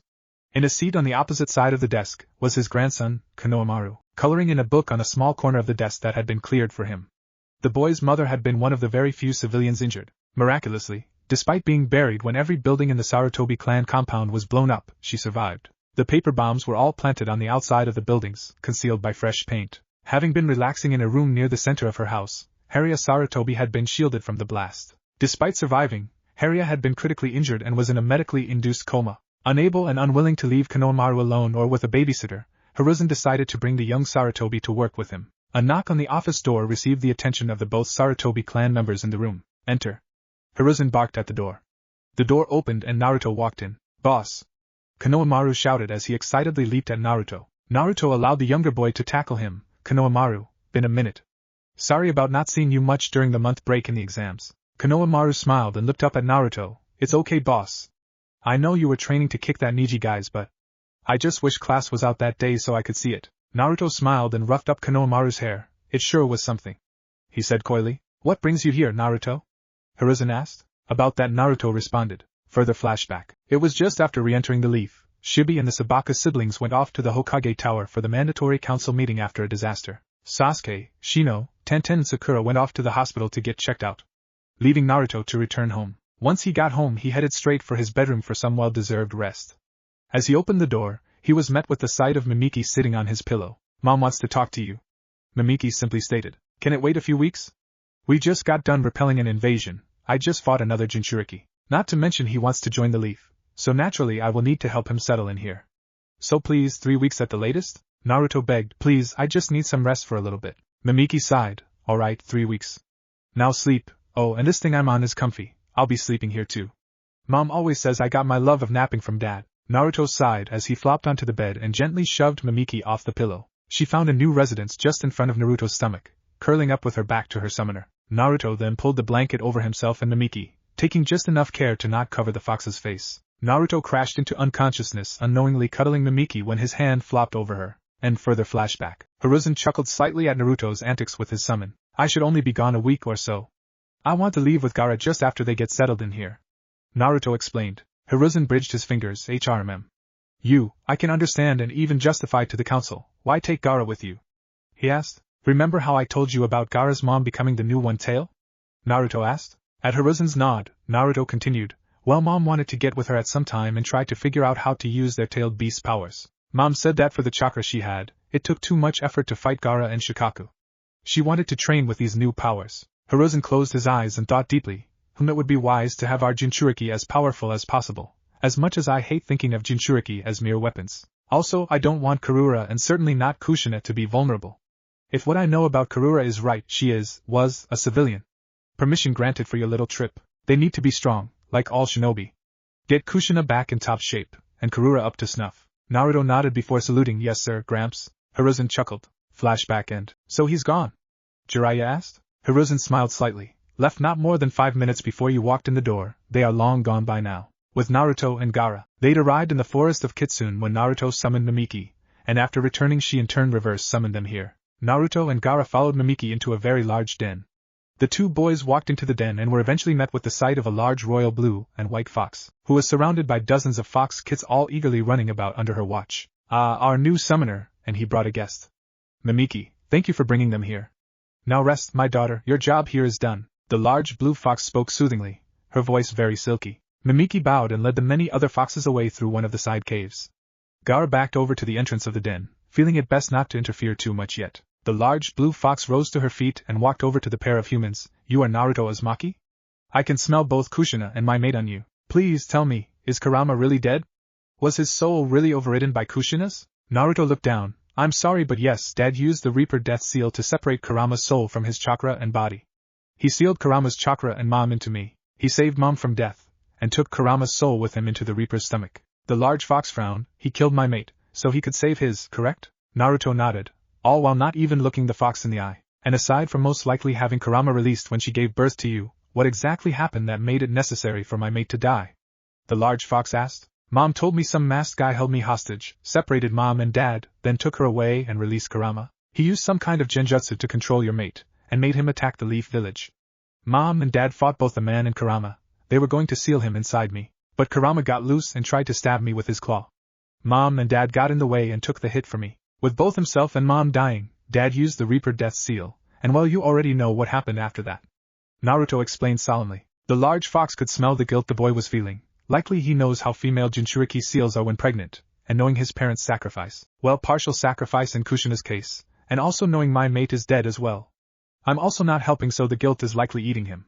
She thought. The large blue fox laid down on her belly and crossed her front paws. You need not feel guilty, child. Your mother and father chose to bring you into this world knowing the risks.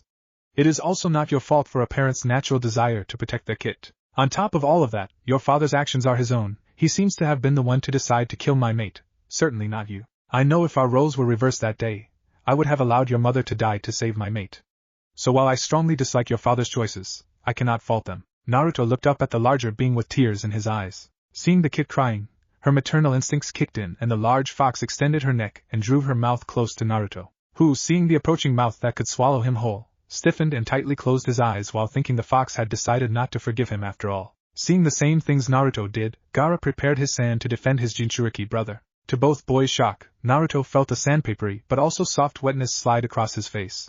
Gaara saw the large fox lick Naruto's face. Naruto gagged and gasped, "What the hell? What was that for?"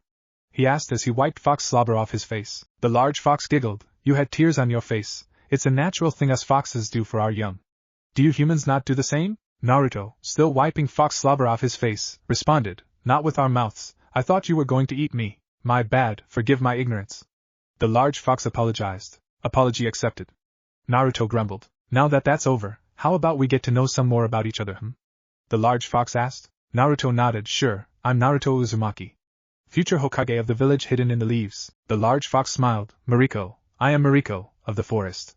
Mate of the former 9 Tails, lady leader of the fox summons." Naruto smiled, "Nice to meet you, Mariko." Mariko smiled back, "Pleasure to make your acquaintance. Now why bring a guest? His name is Gaara. He's a Jinchuriki too. His mom was betrayed by her people, she knew she would be, so she made a jutsu to make herself the new One Tail. It kinda worked. She and the old One Tail, Shikaku, were stuck in the same body. It was driving both of them mad. So Mom and I helped her out, and now Gaara's mom is the new One Tail," Naruto explained. "As fascinating as that is, it does not explain why he's here," Mariko countered. Naruto smiled and sheepishly rubbed the back of his head. "Well, when Mom and I were fighting the One Tail and Gaara, she noticed that it took way too much effort to control her chakra and fight. She wants to train to use her new power, since Gaara's mom has the same problem, double since being a civilian and all. Mom thought it best to train together." I vaguely remember Kurama having issues with his power when he was younger too. Not to mention that it would be difficult to control chakra not originally your own. Kurama had a study here, just off our private den. If anywhere in the world has what your mother seeks, it would be there," Mariko revealed. Naruto grinned. "Well, let's see what we got, let's," Mariko said as she got up. Naruto and Gaara followed Mariko as she walked through several tunnels. They traveled into one of the deepest parts of the den when the tunnels opened into a large chamber. The group then veered off into a side room. In the center of the room was a red blanket, on the far wall a desk that appeared to be made for foxes. In all the remaining wall space, holes and shelves held hundreds of scrolls. "Please help yourself to anything you find inside, except this blanket, it still has Kurama's scent," Mariko said through some embarrassment, as she pulled the blanket off and out of the room. Naruto and Gaara got to work analyzing the scrolls. Some were dated, and appeared to be personal journals, others were miscellaneous things, only a few were anything useful, around 2 dozen. Next, Gaara and Naruto got to work sorting the scrolls so as to get a coherent manual on learning tailed beast powers. They would work through their first night in the Fox realm arranging the scrolls. Back in the Leaf Village, Kakashi was walking down a street. Ahead of him was Asuma Sarutobi and Kurenai Yuhi. Kakashi was a master of observation and noticed that his two friends were in a secret relationship. He and the pair of Jonin converged in front of a restaurant tent that was located on the outskirts of the village. Inside the tent was a pair of suspicious ninja, donned in black cloaks with red clouds and wearing straw hats. The three had been separately following. Not that the three wanted the pair to notice them following. "Hello you two, nice day for a date, isn't it? Then again, I guess you two would know, wouldn't you?" Kakashi teased. Kurenai blushed and Asuma choked on his spit. "How?" she asked. Kakashi chuckled. "Well, it's quite obvious in your body language, and your look." He subtly made a gesture to the suspiciously dressed people hiding in the tent. The pair nodded and Asuma's face turned serious. "So, how many people know?" Kakashi responded, "Not that many, after all why would I blab about a couple friends' romantic lives?" Kakashi discreetly pointed to a few hidden A and B following him. "However, if you two really want help keeping it a secret, I guess I could back you up. If not, I'll just leave it to you." Kakashi waved them off, but before he could leave, his student Sasuke appeared. "Kakashi-sensei, I've been looking everywhere for you. I was hoping for some more training," Sasuke told his sensei. Kakashi smiled and spoke, "Sure Sasuke, meet me at our usual training grounds, I'll be there shortly, I just have some errands to run." Sasuke nodded and walked off. As his student left, Kakashi too disappeared. Kurenai and Asuma steeled their resolve and turned to the people inside the tent. "Alright you two, not the best idea to stealthily infiltrate a village that just fended off an invasion, and is on high alert," Asuma spoke. The pair inside the tent got up from their seats and walked out to the street. "That's far enough, now identify yourselves," Kurenai said, raising a kunai knife. Asuma raised his dual trench knives. The cloaked duo brought their hands up to their face obscuring straw hats. In a swift move they tossed them away, revealing their identities. Asuma and Kurenai both gasped at the infiltrators in their village. Before them was Itachi Uchiha, the man who butchered the Uchiha clan, leaving two survivors, himself, and his younger brother. The man next to him was an unknown to the pair, but if he is with Itachi, then he must be extremely dangerous. "Well, what do you know, Itachi Uchiha?" Asuma said with a smirk. The unidentified cloaked man spoke next. "These friends of yours, Itachi? Well then, I guess I should introduce myself. The name's Kisame Hashigaki, former member of the 7 Ninja Swordsmen of the Mist. I hope we can get more acquainted later. You see, right now we are kinda on a job." Asuma, still smirking, responded, "Why wait, I could just kick both your asses now." Kurenai got in some words of her own. "Since you so kindly identified yourself, we now know who you are. Kisame Hashigaki, S-ranked criminal from the Land of Water, more specifically the village hidden in the mist. Accused of espionage, treason, and the murder of a feudal lord, wanted in every nation, dead or alive. It lists you plainly in the international bingo books, nice to put a face to the name." Asuma continued, "You got balls, turning up in this village after everything you've done. So why are you here?" Itachi said, "It is not your concern, just back off. This is your only warning, I do not desire to kill you both." Asuma chuckled, "Pretty damn ironic coming from you, the man who pretty much murdered his whole family. So out with it, what do you want here, because I guarantee you won't get it." Kisame slammed the tip of his bandage-wrapped sword on the ground, making a small crater and kicking up some dust. "These guys are in our way, we don't have a whole lot of time here. Can I just kill them, and we can be on our way?" Kisame asked. "We are not going anywhere without a fight, it would seem, just be discreet. You mentioned time, so know that if we have to kill half the village's ninja, we will lose a lot of it. Your attacks draw a lot of unwanted attention, so do try to be quick as well." Itachi responded. In a blink Kisame was about 2 feet from Asuma. He swung his sword quickly at him. Asuma jumped up and back away from the sword. Kisame swiftly brought his arm back, swinging again at the ninja. This time Asuma blocked the swing with his knives, just above his shoulder. Kurenai, who had moved further to the side, weaved several hand signs, and in an instant her body disappeared like smoke on the wind. Itachi, through his Sharingan eyes, recognized this as a genjutsu. At the same time Kisame bared down on Asuma with his blade. The leverage was firmly on Asuma's side, he was struggling to keep the sword away from him. Once the sword made contact with the man's shoulder, Kisame spoke. "Samahata is unlike other blades, as are all of the 7 swords of the mist. Samahata doesn't cut, its name means sharkskin, and like its namesake, rub the wrong way and it shreds." As quickly as he could Kisame retracted his outstretched arm, bringing the sword back to him. As he did, the weapon did its work, the bandages came undone, and the scales of Samahata ripped through Asuma's flak jacket and undershirt. It had also torn up the flesh pretty good, blood seeped from the wound and stained the clothing around it. Asuma also felt slight chakra exhaustion. As his opponent stepped back and made his footwork for a second attack, Kisame had started to notice himself apparently sinking as the ground came up to trap him. At the same time Itachi noticed a tree sprout up behind him. 2 branches came out of the trunk, they grew in a way as to pin him to the tree. Kurenai's upper body phased through the tree above Itachi. She brought down her kunai to stab Itachi's carotid artery. However, in a blink, right as her shot was about to ring through, she was in Itachi's place, and he was standing before her. Genjutsu of that caliber does not work on me, Itachi lectured as he brought his own kunai to bear. Kurenai bit her lip hard, drawing blood. This had the effect of pain overriding the illusion. She raised her knife to defend herself just in time. Itachi's locked blades with her. Before ducking back and letting loose a powerful kick to Kurenai's gut, she flew over a railing and into the nearby aqueduct. She hit the water and used her chakra to stop herself from sinking. As she was recovering, Itachi was already standing behind her, using his chakra to stand perfectly on the water surface. You certainly live up to your name, Genjutsu Mistress of the Leaf, but you will die here. Itachi spoke in his usual stoic monotone. Actually, that will be you, Itachi. A voice said from behind the Uchiha. Kakashi, it's been a while. How have you been, Captain? Itachi spoke. Itachi made his whole body twist and roundhouse kicked Kakashi, who ducked under and used his own footwork to dance around Itachi. He now stood between the traitor and Kurenai. Asuma broke off from Kisame and leaped into the aqueduct to regroup. Kisame followed him in and regrouped with Itachi. About half a dozen Anbu flanked the cloaked pair. Kakashi spoke to them. It will be no use for you guys to engage. These two are too strong for those of your level. Hold back and support only if needed. You'll just get in the way otherwise.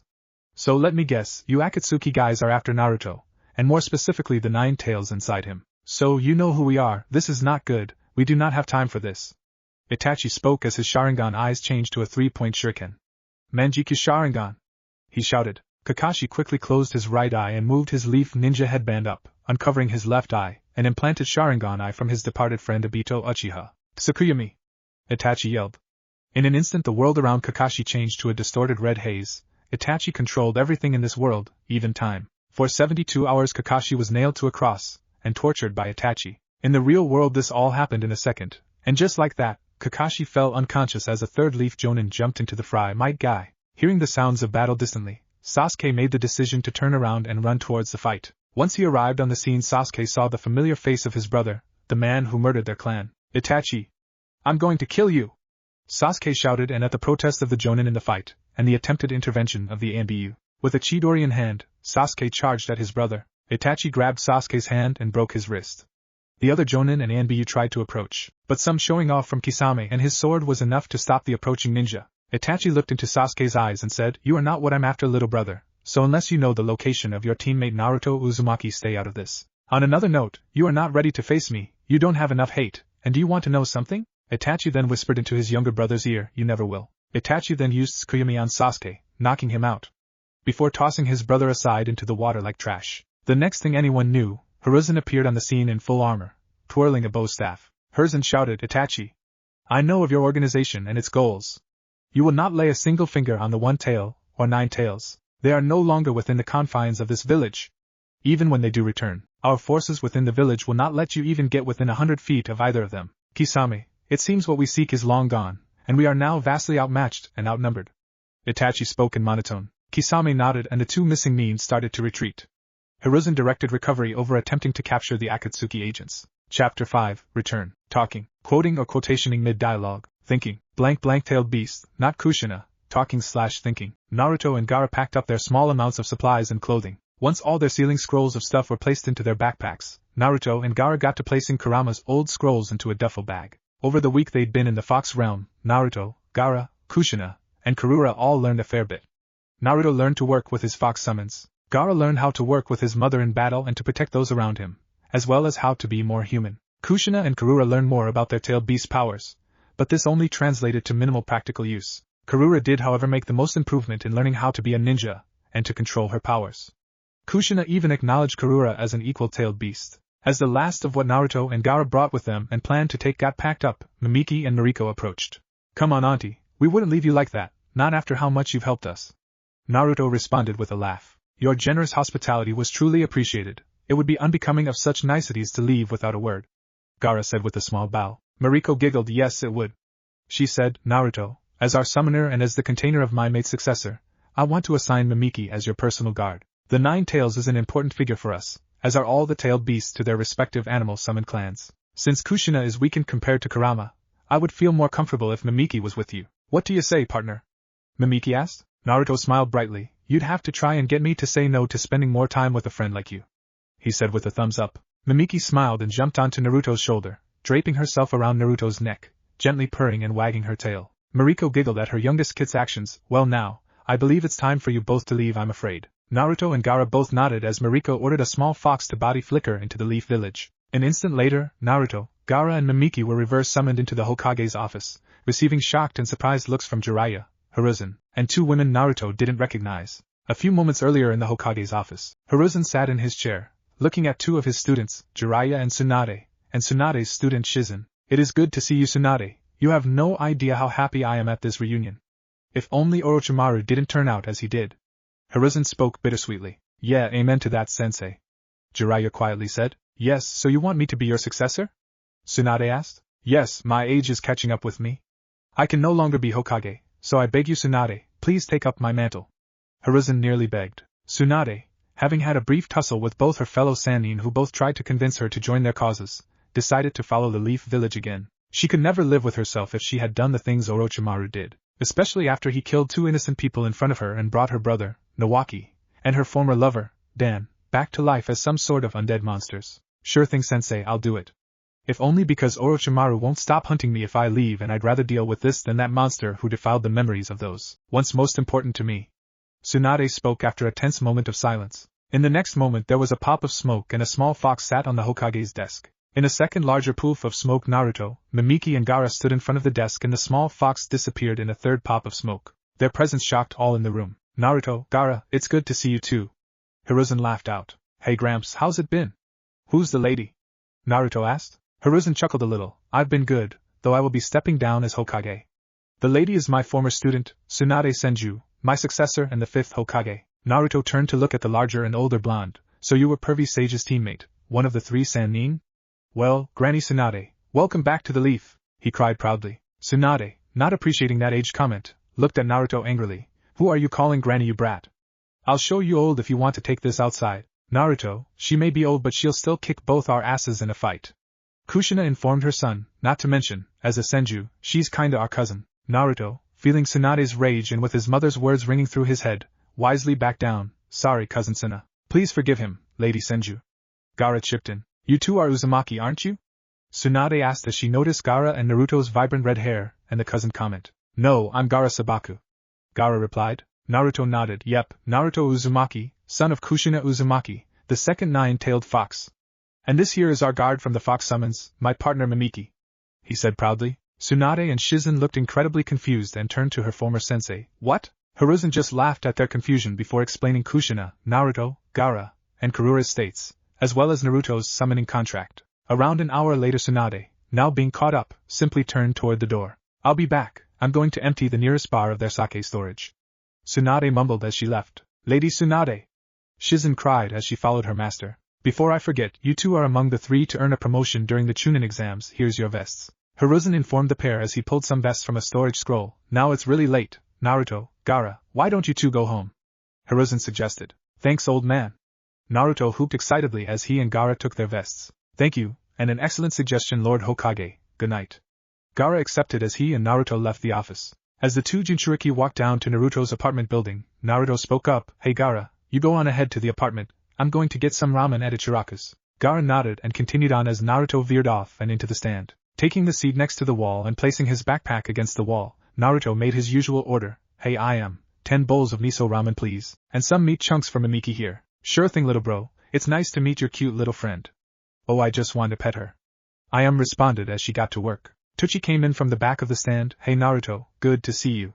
Where have you been? Naruto nervously laughed and scratched the back of his head. Well, you see, I was kinda out of the village on a training trip. Mom and I kinda had to work on getting more efficient at using our power. You see, Mom has difficulty using her new tailed beast abilities since she wasn't always a tailed beast. Since Gaara's mom has the same problem plus not being a ninja, we all left to the fox summoning realm and trained.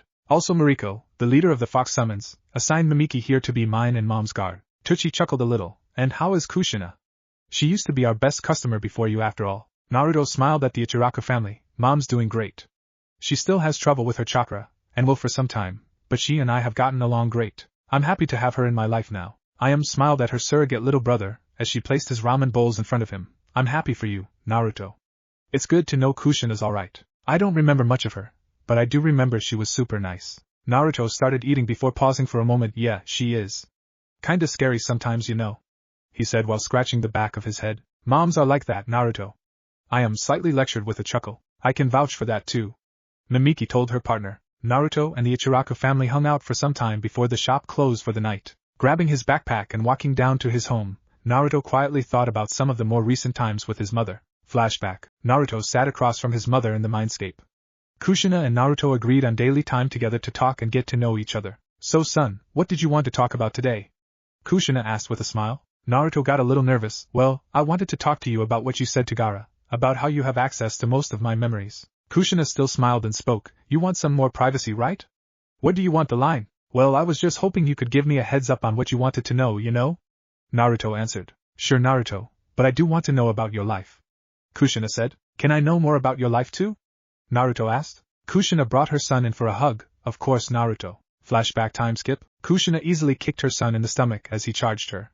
They were practicing taijutsu and not to Kushina's shock, Naruto had little skill in taijutsu. It was part of the reason Kushina instructed Naruto to use primarily ninjutsu and sealing jutsu against his opponents thus far. Now though, it was time to get her son up to snuff in that area. As her son impacted face first into the ground in the mindscape, Kushina felt she should call it a day. Hey Naruto, I think that's enough for now. Don't want you hitting your head or face too hard, there's 2 of us in here now, not to mention I want grandkids one day, she said with a slight laugh, but in real seriousness, you have improved greatly since we started. The foxes decided to help in teaching Naruto in some taijutsu as well as getting Kushina more in touch with her fox side by learning a fox taijutsu style. Naruto got up and said, Sure mom.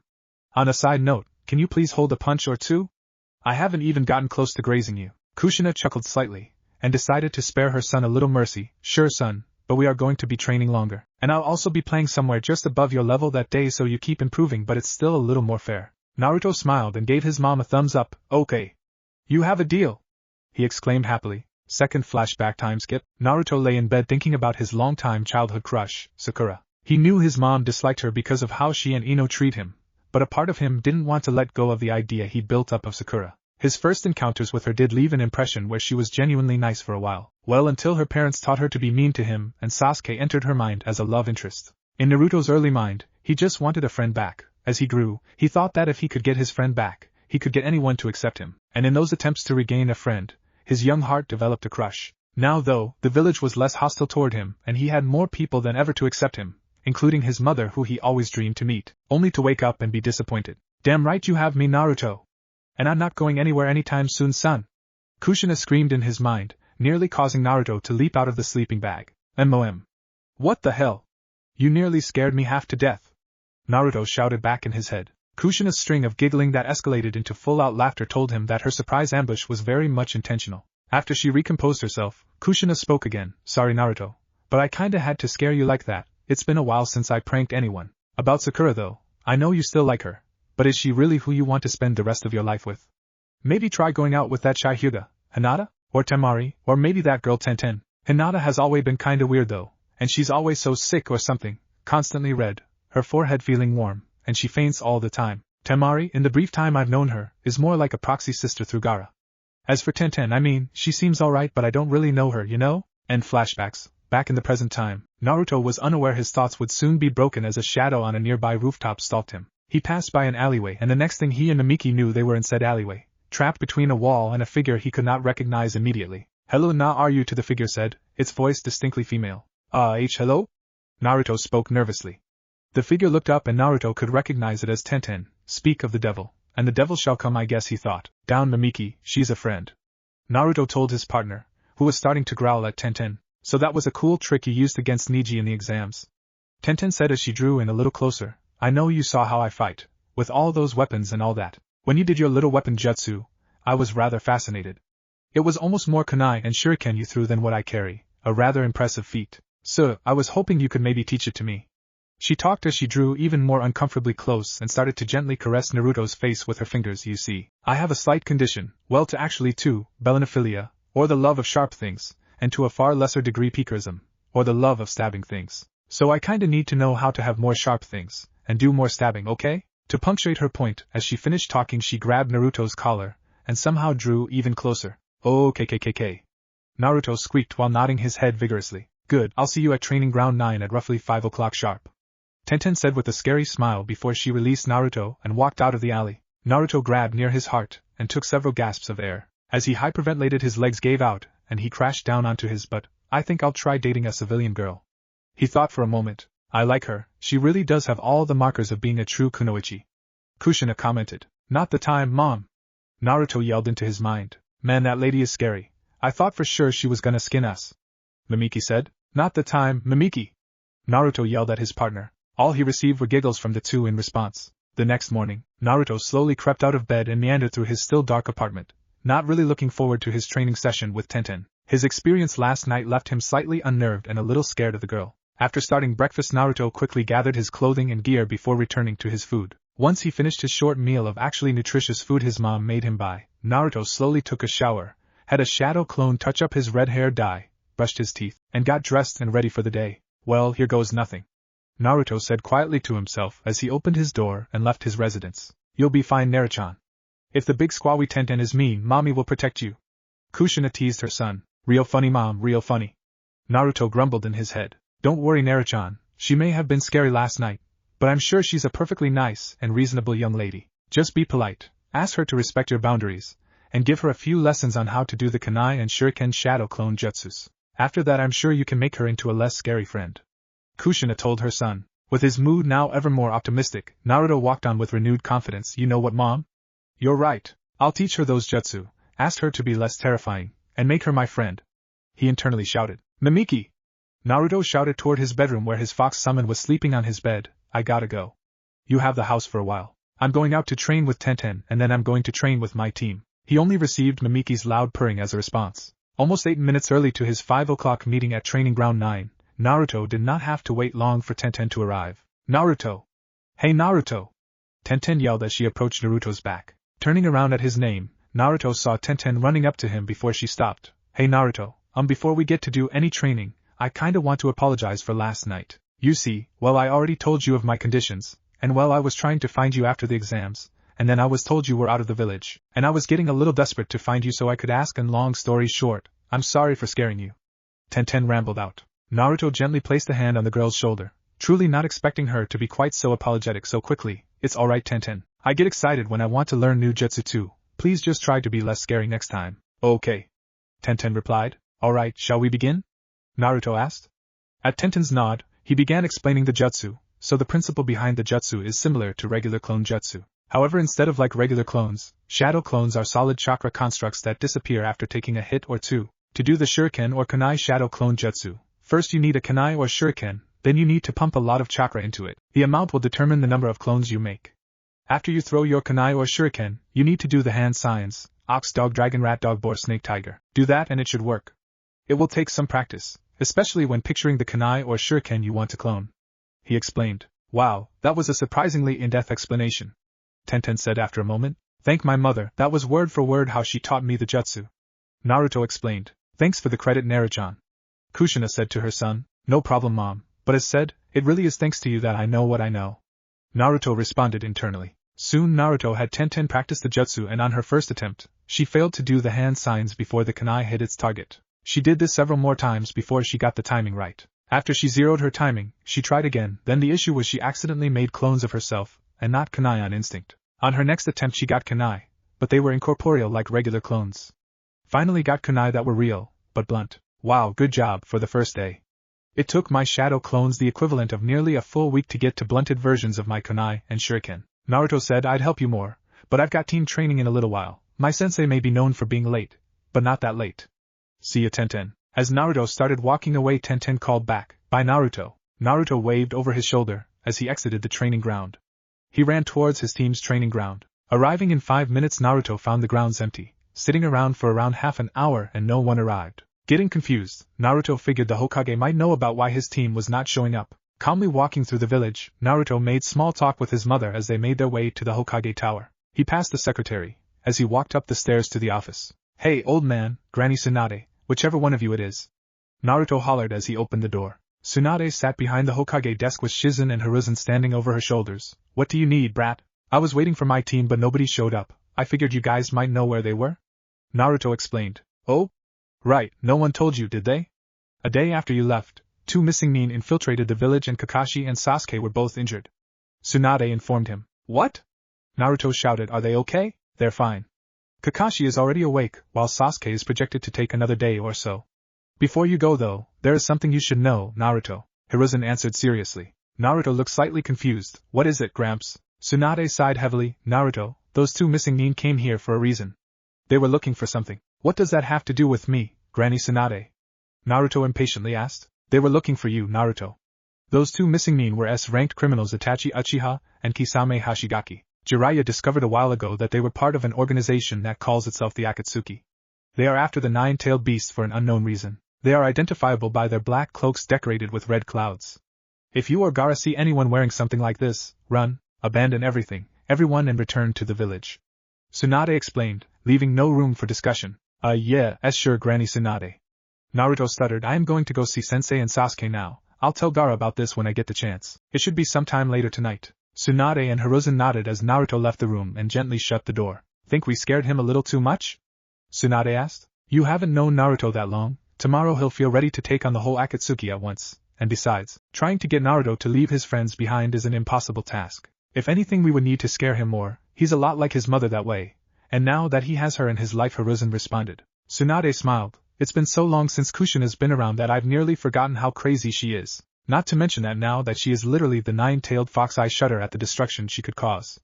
She said with a shiver. Hiruzen chuckled slightly. On the bright side, most of that power is tied up in protecting Naruto. With Naruto, at the hospital, Naruto walked down a hallway, headed to Kakashi's room. As he walked, however, his mind was distracted by what Tsunade and Hiruzen had told him. Hey Mom, do you think we should be worried about these Akatsuki guys coming around? I mean, a whole bunch of S-rank missing nin hunting us, and what would happen if they got you? Hell, why would they want you? Naruto asked. Well son, I think we should be a little cautious about them, but we're gonna train real hard, so we'll be so strong that they won't be able to lay a finger on us. Not to mention we have all my power as backup. As to what would happen if they got me, well simply you'd die. One rarely survives having a tailed beast removed from them. I only lived because of sheer determination and my Uzumaki genes, and even then it's very likely I would have died anyway without top-notch medical care administered very soon. I doubt you'll survive, which is why we're gonna get so powerful that the Akatsuki won't be nearly strong enough to take us down, you know. Kushina explained. Hey, I'm not dying until I become Hokage, even if you're taken out of me. I'd survive no matter what. And you still didn't tell me what they'd want with you anyway, Naruto responded. Kushina mentally pinched Naruto's cheek. Oh, my little baby boy. Of course you're not gonna die until you become Hokage. She cooed with a squeal. Feeling the pain of Kushina's pinch, Naruto groaned and rubbed his face. Ow, Mom. Can you please not do that?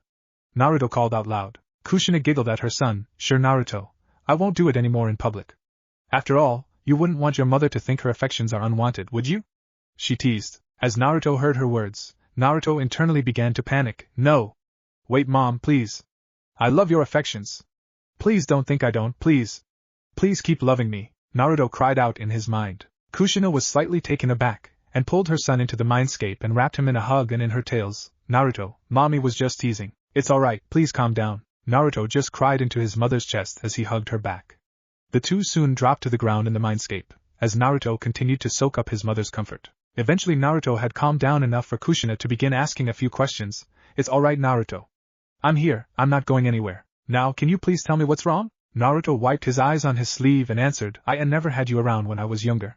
I don't want you to ever think I don't want you or your affection. I don't like to or want to admit this, but I never thought I'd ever get the kind of love or support I get from you. I always held hope, but went to bed knowing that hope was just a mask. I've been abandoned by more than a few people who I thought cared for me, and I was always told it was my fault. Please don't stop loving me. He begged. Kushina felt two things, immense rage at those who hurt her son, and depthless sadness at how fragile and scared he truly was inside. Kushina hugged her son closer and said, Naruto, I could never truly stop loving and caring about you. Ever. I would never ever abandon you. On another note, you will no longer need your mask. Your hope has come through and I'm here now. Kushina held her son for a few more moments in the mindscape before he'd calmed down enough to be sent out of the mindscape. Back in the real world, Naruto felt a nurse lightly tugging at him. Are you alright, sir? She asked him. Shaking the fog out of his head, Naruto replied, I'm fine, thanks for asking.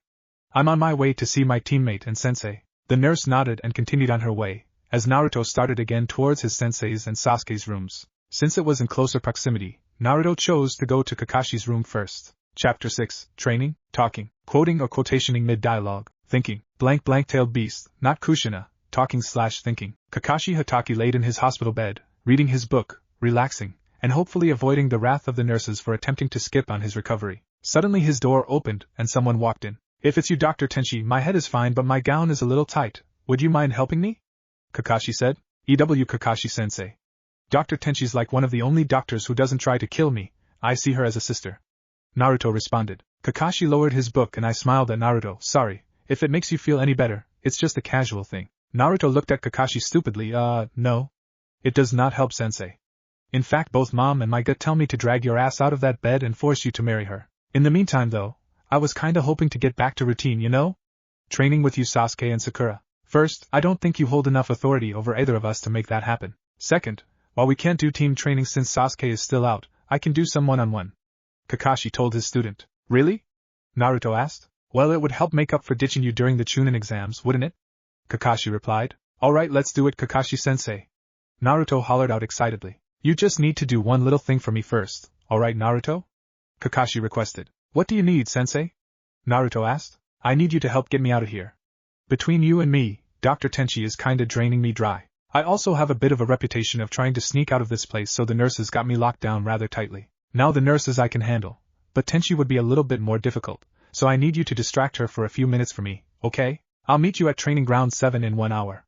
Kakashi explained. Naruto nodded and left the room. See ya there, sensei, he said as he shut the door. Naruto wandered the halls for a few minutes before he found who he was looking for. Document Tenchi, he called out. A young purple-haired woman in a white lab coat turned to face the loud noise. She had silver eyes and a small scar on her brow above her left eye. Her hair was down at the moment in an A-line cut that reached her shoulders. The woman was the 28-year-old Dr. Tenchi Katsue, head of emergency services at the Hidden Leaf Hospital. Or she was, until Tsunade and Shizen showed up and dismantled and rebuilt the shinobi medical program from the ground up, resulting in her reassignment. Hey Naruto, how is my favorite regular patient today, HM?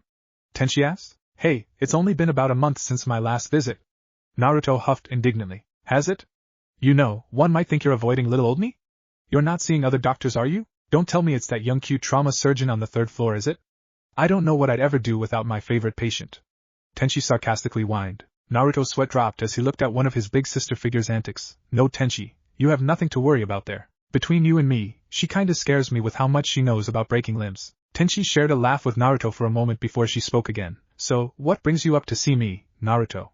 Not often you're up here voluntarily. Naruto scratched the back of his head. Well, I came to see Kakashi-sensei and Sasuke after I heard they were injured. Tenchi nodded in understanding. They both look fine, and the outlook is great. From what we can tell, it's Sasuke's second exposure to the jutsu, so he's taking longer to recover. He hasn't even woken up yet. Near as we can tell though, he should be fine. Kakashi is up and almost ready to be discharged. Personally, I think he's just faking it for the free late-night booty calls the nurses keep giving him. Wait! Kakashi-sensei is cheating on you! Naruto yelled out. He was about to continue but Tenchi covered his mouth with her hand. It's not that serious, Naruto. Tenchi said, things between me and Kakashi are just casual fun here and there. I know he beds lots of women. I am more selective, but I have a few partners too. Try not to make a big deal about this, little bro.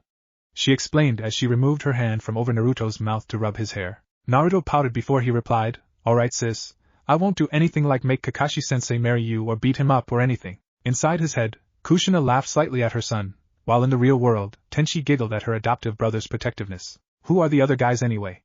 Gotta make sure they're good enough for you, you know? Naruto asked. Tenchi stopped giggling for a moment. Who they are is my business, and who said they were all guys, HM? As your adoptive older sister, only I'm allowed to ask questions like that. So, little bro, any girls I should look out for? Naruto blushed. Wait, not all guys? Naruto asked, shocked and confused. At Tenchi's brutally harsh glare, Naruto just answered her question. Well, mom forbids me from talking too much to Ino or Sakura, since they abuse me or whatever. I don't really know Hinata that well, and Tenten was just plain scary when she asked me to teach her a jutsu.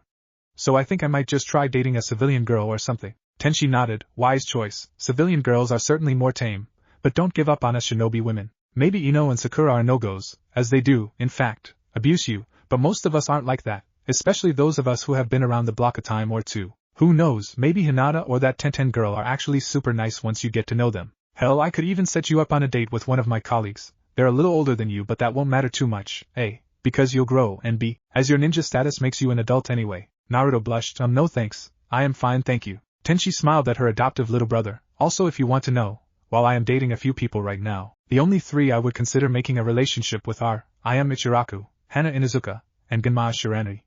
Everyone else is just a good time for now. But I am and Hana are both girls though, how does that even work? Naruto asked, still confused. Tenchi giggled, it just does. Love holds no bounds, Naruto. As for sex, well, I'm sure you've taken sex ed at the academy, or seen a movie. Naruto blinked, not many people wanted to interact with me too much, so I really don't get a lot of the personal stuff, and I skipped the sex ed day. I thought it was just some pervy thing. Besides, girls always yell or hit me if something even remotely pervy happens, so I've never tried to sneak into those kinds of movies, and stealing them would be wrong. Even my sexy jutsu has nothing under it, it's just the shape of a woman based on what I can notice through clothes. Really? Either way, Naruto, your sexy jutsu is highly offensive to women, so I get why they do. Also, those girls are mostly Ino and Sakura, who both yell at you and hate you for breathing wrong. Tenchi explained in deadpan. Naruto discreetly checked the clock and saw that it was about time for him to go so he could meet with Kakashi. Well, thanks sis. I think it's about time for me to go though, so see you later? Tenchi nodded, sure little bro, but I am going to make you an appointment with Shizen, she'll teach you all about sex ed. I'll also have her give you a couple of videos, and since I know you don't have a TV in your apartment, I'll give you some money to buy one, she said as she pulled out a wad of money. She counted out $1,000, here, it should be just enough to cover a TV and one of the nicer film players. Pervy Tenchi. Naruto huffed, I'm not gonna get a TV just to play some pervy movie. What if a girl comes over and sees, she'll think I'm a total perv and disgusting and then she'll yell and beat me up. You can buy more movies. Tenchi explained, some movies are even super nice. When I am and I go on dates, it's not to fancy restaurants or nice parks, it's to her couch to watch a nice romantic movie. Also, it's perfectly natural to have slightly pervy urges and own movies like that. So if she beats you up for having some, she's not the one for you. Thanks, sis. Naruto stuttered, I really have to go though, so okay, I'll set you up for this time next week. Tenchi interrupted. Okay. Naruto nodded. Tenchi's wrist glowed slightly, and she pulled her sleeve up. Written on her wrist was a ceiling array. In the center of the array was a circle, and in that circle was the number 243. The whole array glowed an angry red. Oh, that's not good. Naruto, one of my patients is in trouble. I have to go right now too. See you later, little bro. Tenchi said, as she got up and started to run down the hall. Bye sis. Naruto hollered after her before he turned to meet up with Kakashi. Naruto rushed out of the hospital and in a single leap was on top of a roof. Now running rooftop to rooftop, Naruto could start running at a faster pace. She's right, you know. Having a slightly pervy side is perfectly okay. Kushina told her son, and if you have any questions, I'm happy to help answer them. Naruto stumbled a few steps in surprise before he answered, maybe mom, maybe. I'm still not sure about that. Don't want to end up like Kakashi-sensei or Pervy Sage. They're overly perverse, and are not exactly shining examples. Kushina explained, Document Tenchi or Minato and myself are probably better role models in this field. With a deadpan sweat drop, Naruto replied, I don't think parents are good examples for this kind of subject, mom. It's not like I was going to tell you stories about how you were conceived. Just give you some motherly advice and guidance if you wanted it. Kushina yelled. Kushina continued to explain how some perviness could be a good thing without going too far into sex ed since Shizen would handle that. Naruto rushed out of the tree line and into the large training field that Squad 7 used for its primary training ground and meeting point. Standing over the memorial stone, Kakashi felt Naruto's close presence, and turned around. Took you long enough, how was your talk with Tenchi? Kakashi asked. Naruto scratched the back of his head while he spoke with a blush. Well, she's arranged for me to attend a sex ed class from Shizen. She's also buying me a TV, and a video player. I'm apparently supposed to get a movie from her. He explained. Kakashi shrugged. Well, good luck with all of that. Why do you need to take a sex ed class? Naruto looked down. I skipped the sex ed day. Oh. Kakashi nodded. So, now that we're here, what do you want to train in? Naruto looked up at his sensei excitedly. Well, I can't do genjutsu because I have too much chakra and it's too dense. But I can dispel genjutsus placed on me. My kitsune summons can use some really powerful genjutsu, and I've learned to work well with them. Mom and the foxes made sure I was up to snuff in taijutsu, so I'm about as good as an above-average Chunin. I want to learn seals from Mom. All of last week I was trying to get better at using Mom's chakra, and all the smaller things like chakra control, survival skills, tracking, and accuracy are good. So that leaves ninjutsu. I only know shadow clones, kunai and shuriken shadow clones, chakra chains, and wind style, drilling air bullets. Wind type, eh? That's rare here. Kakashi mumbled, well, few people know this jutsu. It was one of the two your father made, the Raisin Dan. I was actually hoping to teach you this. First thing you're gonna need is water balloons. Here's a few bucks. Try not to take too much time. Oh, and I want receipts, he said with a nice smile. Naruto took the small wad of bills and ran off. He returned half an hour later with a sealing scroll. Opening the scroll and laying it out in front of Kakashi, Naruto made a hand sign and a few hundred water balloons and buckets puffed out into existence. Here's the receipt, sensei. I spent some of my own money on a few extra balloons, Naruto said as he handed his sensei some paper. A few, huh? Kakashi deadpanned. Kakashi picked up a balloon and set it in his palm. Okay, what you need to do is use your chakra to spin the water in the balloon and make it explode. One of the few tricks to this is getting the water to turn in multiple directions. The other is to know which way your chakra coils naturally align. To demonstrate his point, Kakashi made the water balloon in his palm explode in the way he wanted Naruto to do it. Okay. Consider it done, sensei. Naruto shouted with a thumbs up. He then made a cross-hand sign and shouted, Multi-Shadow Clone Jutsu. In an instant and a puff of smoke, hundreds of Naruto clones were in the field. They stormed forward and each took a water balloon. The clones then spread out and started on the exercise. Well, since you look like you got this covered for now, I'm going to sit and read under this tree over here. Let me know if you need something, Kakashi said lazily as he pulled out a pervy novel and sat under a tree near the memorial stone. Naruto nodded and continued to work. Kakashi discreetly looked over his book at Naruto and thought, can you see him, sensei? How hard your son works. Obito, I know you would like him, you two are so much alike. I know you'd spoil him rotten Rin. I'm glad to have the opportunity to train him, to train them. The same things won't happen to them that happened to us. Naruto worked for nearly the whole day before a clone finally made a balloon explode. Naruto then had his clones dispel in groups of 10. Once all of his clones were gone, Naruto picked up a spare water balloon and walked over to Kakashi. Kakashi-sensei, I did it. I did it. Naruto hollered. Kakashi looked over his book and watched Naruto flawlessly destroy the water balloon. Kakashi put his book away and stood up and said, Good job, Naruto. I think that's enough for today. I'll see you at the same time tomorrow. Naruto nodded before the combined chakra and mental exhaustion took him down like a rock. Kakashi caught Naruto just before he hit the ground. He huffed Naruto onto his back and started walking towards Naruto's apartment. Once he got to Naruto's apartment and opened the door, a small white fox sat right in his path, looked him dead in the eye, and spoke. Who are you? Why do you have my charge and her Jinchuriki on your back? The fox asked. Confused, Kakashi chose to answer the fox's question. I was training him and he pushed himself into exhaustion. I'm here to drop him off. Now I have a question for you. Why are you here and who are you? I'm Mimiki, youngest daughter of the first nine-tailed fox and the head of the fox summons. I'm here to protect Lady Kushina and Naruto, her son and Jinchuriki and our summoner, Mimiki replied. Kushina needs protection? Kakashi asked. She is having difficulties fully controlling her chakra. It's hard for her to make it do what she wants it to do with the ease she wants to have in doing it. As a result, she is in a very vulnerable position right now and Naruto is not that strong either. So my mom, Mariko, assigned me to be their guard going forward until they're strong enough to protect themselves. Mimiki explained. Kakashi nodded. Makes sense. Do you mind if I put Naruto in his bed? I imagine my back is not the best place to sleep. Mimiki nodded and stepped out of Kakashi's way. Kakashi made his way to Naruto's room and placed the boy on his bed. Kakashi started to walk out before Mimiki stopped him. I've been here all day. Can you please get me some food? Mimiki asked, semi-embarrassed. Sure, I am a ninja hound summoner so I have some stuff on me that I can give you. Kakashi said as he pulled a scroll out of his flak jacket pocket. Kakashi set the scroll down and did a quick hand sign. In a puff of smoke a bowl of dog food appeared. Mimiki started to drool as the scent of the food hit her nostrils. Thank you. She stuttered out as she was mesmerized by the food. Kakashi had a quick chuckle and gently pet Mimiki's head a few times before he walked off and out of the apartment. The next day Naruto got up, got ready, got Mimiki ready, and got out the door.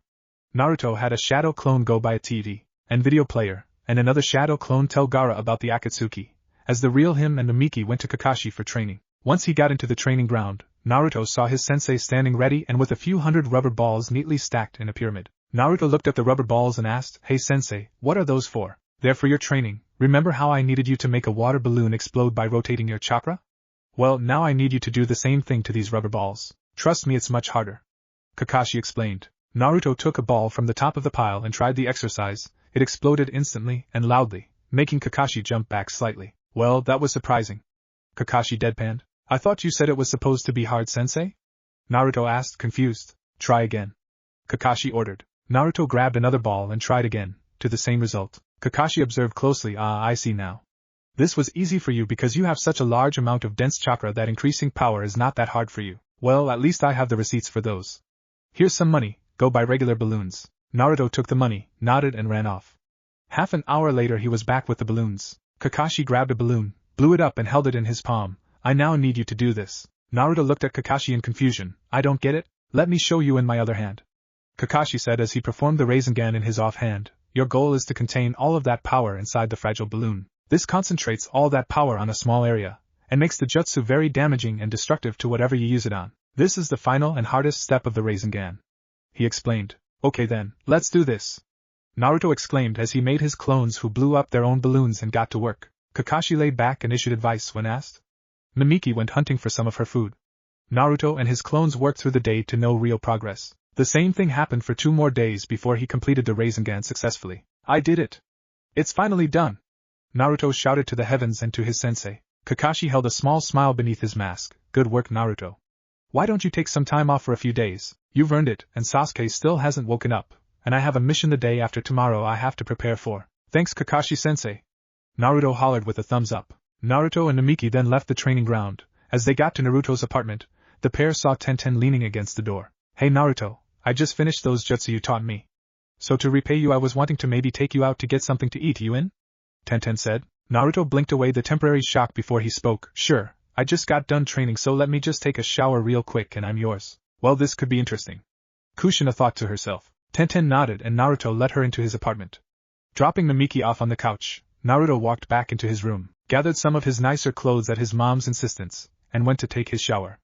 Meanwhile, Tenten decided to snoop around a little in Naruto's apartment. Tenten knew Naruto loved ramen, but a quick look into his cupboard and she was truly surprised at how much he had. She also saw the various plants scattered throughout the apartment, and finally her eyes settled on the unopened TV and video player boxes. Since when did you get one of these? Tenten murmured aloud to herself. I have a sister-like doctor friend who paid for it. Naruto said as he came around the corner behind Tenten, fully dressed and out of the shower. Tenten, not expecting Naruto so soon, jumped. Oh, hey Naruto. That was fast. Sure you washed everything? She asked as she turned around to face him. Naruto smiled and gave Tenten a thumbs up. Yep. Water here's not the best, and used to cost a fortune, so I've gotten good at taking quick, efficient showers. You ready to go? Tenten gave a shaky nod as she finally processed what Naruto was wearing. Steel-toed, black ninja sandals, black cargo pants, a dark orange, skin-tight, short-sleeve shirt that showed his muscles and his 9-tailed fox brooch clipped to the shirt, just above his pec. Naruto's dyed red hair was also combed semi-neatly, at his mother's insistence. All in all, Tenten found Naruto's look to be rather attractive. Naruto, being oblivious to Tenten's blush and obvious signs of enamorment, led her out of the apartment before letting her take the lead to wherever it was she was taking him. Namiki, I'll bring you back something from wherever, till then you have the house, okay? Naruto hollered out to the small fox before he shut the door at her nod. On the walk Naruto got a little curious. Hey Tenten? How many kunai and shuriken can you make? He asked. Tenten turned to her date and smiled. I can safely do double my number of kunai and shuriken. I'm currently trying to adapt the jutsu so it works on my other weapons too. After that I'm going to work on making it so I can triple my weapons, then quadruple.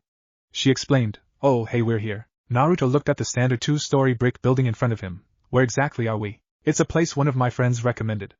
I did a little recon, and yes it has ramen. Tenten answered. Oh, shall we go in then? Naruto asked. Rather than give a proper response, Tenten just nodded. The two walked in and waited for a server to bring them to a table. After a few minutes a short woman dressed in a moderate amount of makeup and a slightly fancy kimono walked up to them and bowed slightly. Greetings, my name is Yuma, I'll be your server and waitress. If you will please follow me to your table. The woman said as she turned around to escort the couple to a table. Yuma led the couple upstairs into one of the back corners. From this corner, one could look out a window down at the street, and on the other side another window down into the kitchens. The space in between a nice little table perfect for two to sit across from one another. Here we are, I'll be back momentarily to take your orders. Yuma said before she seemed to glide off with an elegant grace. Tenten and Naruto both sat down at the table and made some small talk before looking at the menus. So, how are Niji and Lee? Naruto asked. They're okay for now. Lee is back in the hospital. Lady Tsunade came up with a surgery. She said it would help him, maybe even allow him to be reinstated into the shinobi forces. But there were risks so Lee had to think about it. He ultimately decided to take the surgery, and they are keeping him while he recovers. Niji has been less of an ass. In general he's been much more tolerable to be around. Guy-sensei is still kinda weird though, don't get me wrong, he's a great sensei and all, it's just with both him and Lee together. Tenten responded. It's a bit much? Naruto finished. Yeah.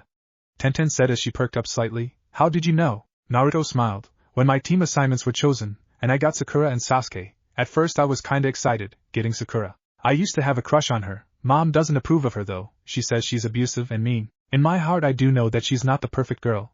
But she was my first crush, and it's a little hard to let go. Mom and Tenchi, that sister-like doctor friend I mentioned earlier, are both working to pry me out of that. But enough about her. Then I got Sasuke, and he's kinda like Niji used to be, just more emo, and Kakashi is famous for being late to everything, so moral of the story, I kinda know how you feel. Tenten nodded. Hey, how are your teammates? Speaking of whom? I heard there was some sort of fight with missing Nin. Naruto deflated a little. Well, Sasuke is still unconscious in the hospital, and Sakura has been by his side like a damn puppy, so that's helping me get over that crush I had. Just a few days ago, I helped Kakashi-sensei escape from the hospital so he could train me a little. But on the flip side, I learned he's having casual relations with big sister Tenchi. Tenten grimaced a little. Yeah, that has to suck, finding out your sensei is sleeping with your sister figure. Naruto shrugged. Well, Tenchi and I got to talk about it. She seems comfortable with it, and she's thankfully not seriously pursuing Kakashi-sensei, so I'm going to be okay with it. Shall we see what they have on the menu? Yes, let's. Tenten answered. The two picked up and scanned their menus, looking over the various food items. Eventually the couple decided on what they wanted. After a few minutes of waiting, the couple found Yuma returning to their table. Have you two decided on what to order yet? Yuma asked. Tenten and Naruto both set their menus down and looked up at Yuma and nodded. I'll have the meat and eggs on rice. Tenten answered. I'll take your miso ramen. Naruto also answered. Excellent choices. Yuma nodded as she took their menus and went away to put in their requests. After Yuma left, Tenten turned to Naruto. Hey Naruto? Yes? Naruto asked as he turned to her. I have a question I want to ask you. Tenten said. Is it true? Why your mom's the NNI? 9 tails? Naruto whispered. At Tenten's nod, Naruto continued. Yes, she is, but not the one who attacked the village. As I said to the village during the exams, the fourth managed to remove the old 9 tails mind and soul from his chakra and body, then sealed Mom and the chakra inside me. Their chakra merged and Mom became the next, new, current, whatever word you want to use, 9 tails. He explained. Tenten's eyes widened and she fell back into her seat. Whoa, and you said your mother is Kekushina Uzumaki, T the Red D Death. Naruto smiled. Yep, that's right. He nodded. See, can I meet her, please? She's kinda one of my idols, and the reason I got into Kenjutsu and sealing jutsu. Tenten asked. Naruto smiled and held his fist out on the table in front of his date. Sure, just put your fist to mine and yes. Tenten nodded nervously and shakily put her fist in front of Naruto's. Slowly she inched her hand forward and the moment her skin made contact with his, she was no longer in the restaurant. Gone was the table and gone were the people. The only thing still there was Naruto, and his smiling face. In place of the restaurant was a room. It looked like a living room to a nice house. They were sitting on a couch together. Naruto sat on one side of the couch and Tenten sat in the middle. Tenten looked around the room, admiring the aesthetic, when she turned to a doorway. Walking into the room was Kushina Uzumaki, in all her glory, 9 red bushy tails and furry ears on full display. Tenten felt her breath catch in her throat. HHEL she tried to say but couldn't. Hello Tenten, I hear I was an inspiration for you? Kushina asked with a warm smile. How nice to see at least some kunoichi in the current generations are taking worthy role models and aren't just fangirls and bullies. Aside from that, it's nice to meet you. As you know, I'm Kushina Uzumaki. T10. Tenten whispered, unable to form or find words. You don't need to be so nervous, girl. Please relax. I know you can speak, so you can do it. Kushina encouraged as she sat down next to Tenten on the couch, on the girl's other side. Hello, I am Tenten. It's nice to meet you. Tenten managed to breath out. There you go. Kushina praised. Now is there anything you want to talk about or ask? Tenten took a deep breath. Kind of. I was hoping maybe one day you could teach me some things. She asked nervously. Kushina frowned slightly. I hope you did not seek my son out and set him up on this date, just to ask me to teach you some things. Tenten jumped slightly and waved her hands frantically. And no. Not at all. Yes, I'm interested in advancing my ninja career and skills, but this really was a dinner of thanks for his teachings. I would never be that kind of manipulative bitch to a fellow leaf nin and comrade. She vigorously denied. Kushina raised an eyebrow. Denied doing it here, but your wording implies that non-comrades and enemy ninja are fair game for manipulation. Your shock implies you're genuinely here to thank Naruto, and says that you appreciate his time and effort in teaching you the jutsu. Your request directly states that you are interested and dedicated to your ninja career. I'll consider your request, but under no circumstances am I teaching you anything that belongs to the Uzumaki clan. Tenten relaxed. Of course, my lady. I never asked to learn your clan secrets. Good, now you two enjoy your date, and please be careful afterward. I don't want grandbabies quite yet. Kushina teased before she ejected Naruto and Tenten from the mindscape. When they woke up in the real world, Naruto and Tenten both sported massive blushes. Tenten pulled her hand away from Naruto's, who in turn did the same. Sorry about Mom, she's kinda like that. Naruto apologized. It's fine, I guess moms are supposed to be like that. Tenten responded. Guess? Do you not have a mom? Naruto asked. No.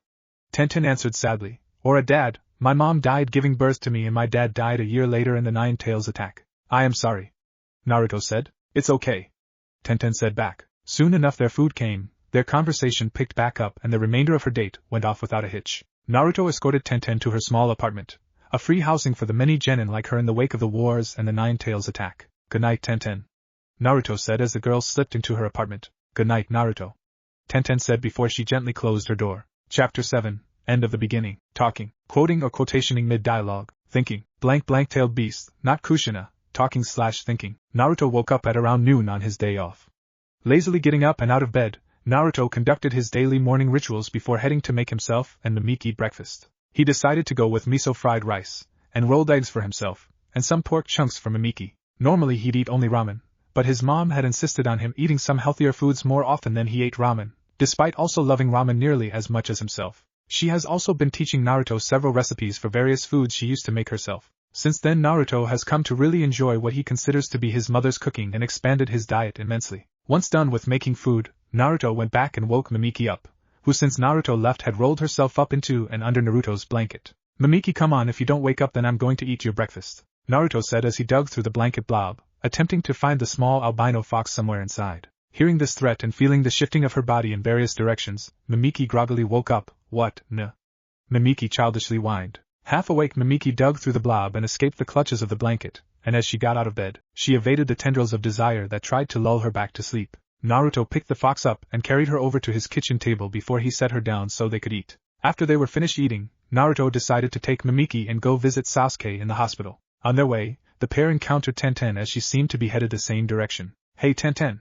Naruto hollered as he waved her down. The bun-haired girl turned and saw Naruto approaching her. "Oh, hey Naruto. What brings you this way?" Tenten asked. "I'm on my way to visit Sasuke." Naruto replied. "What about you?" "What a coincidence. I'm on my way to see Lee." Tenten answered. "Wanna walk together then?" Naruto asked. At Tenten's nod, Naruto grabbed her hand and started dragging the girl down the street towards the hospital. "Well, let's go then," he said excitedly. "Hey! Slow down!" Tenten shouted with a slight blush. Naruto obliged and turned around. Oblivious to the girl's blush, he spoke. "What's wrong?" Noticing Naruto was ignorant to her state, Tenten decided to try and play it cool. "Just slow down, okay?" Naruto just smiled and nodded before he turned again and started back towards the hospital, at a slower pace. At his warm smile, Tenten's blush magnified, but she decided to continue being cool, and just stay quiet and content as they made their way to the hospital. In the land of plains, Hidden Grass Village, a young red-headed genin girl named Karen Uzumaki had just been informed of her mother's passing. Karen and her mother both had a unique ability that allowed them to heal those who bit them by allowing the person to siphon off their life force. It was her mother's leveraged point in negotiating their asylum in the ninja village. The cost of the ability, however, was that if not used in moderation and with proper care, its use would slowly kill the Uzumaki with the ability. Due to how the village saw them as resources, and how her mother wanted to protect Karen, her mother had grown very sick from overuse of her ability, and had been on her deathbed since just before the Chunin exams. Because she decided to stay in the Leaf Village to witness the third part of the exams, Karen missed the last days of her mother's life. However, one of the few sympathetic nurses had managed to transcribe her mother's final words into a letter. Karen knew that she could not stay in grass if she did not want to end up like her mother, or worse. But what to do? Where to go? Karen thought about this for a long time before she remembered that the Leaf had an Uzumaki. She also knew that the Leaf had a long-standing alliance with her ancestral home, the Land of Whirlpools, and the Uzumaki clan as a whole. Karen thought about the Uzumaki who was living in the Leaf. When she first encountered him, he kicked in the door to the first part of the Chunin exams and loudly proclaimed his name, and that he would kick all their asses. As soon as his name hit her ears, she wanted to proclaim him an imposter, that no blonde could be an Uzumaki. The next time she saw the blonde was in the final part of the exams. He proved that Naruto Uzumaki was indeed an Uzumaki, when he used the legendary Uzumaki sealing chains. Before her kinsman's victory over the Hyuga could be proclaimed, she heard his and his mother's stories, that there were at least some true Uzumaki left in the world, or at least in the Leaf. With knowledge of another Uzumaki alive and out there, Karen made a decision to pack up her and her mother's possessions in sealing scrolls and left to the morgue to seal her mother's corpse. Karen would make arrangements to have her buried in the Leaf Village. Back in the Leaf Village, Naruto and Tenten had parted ways and he was about to enter Sasuke's room.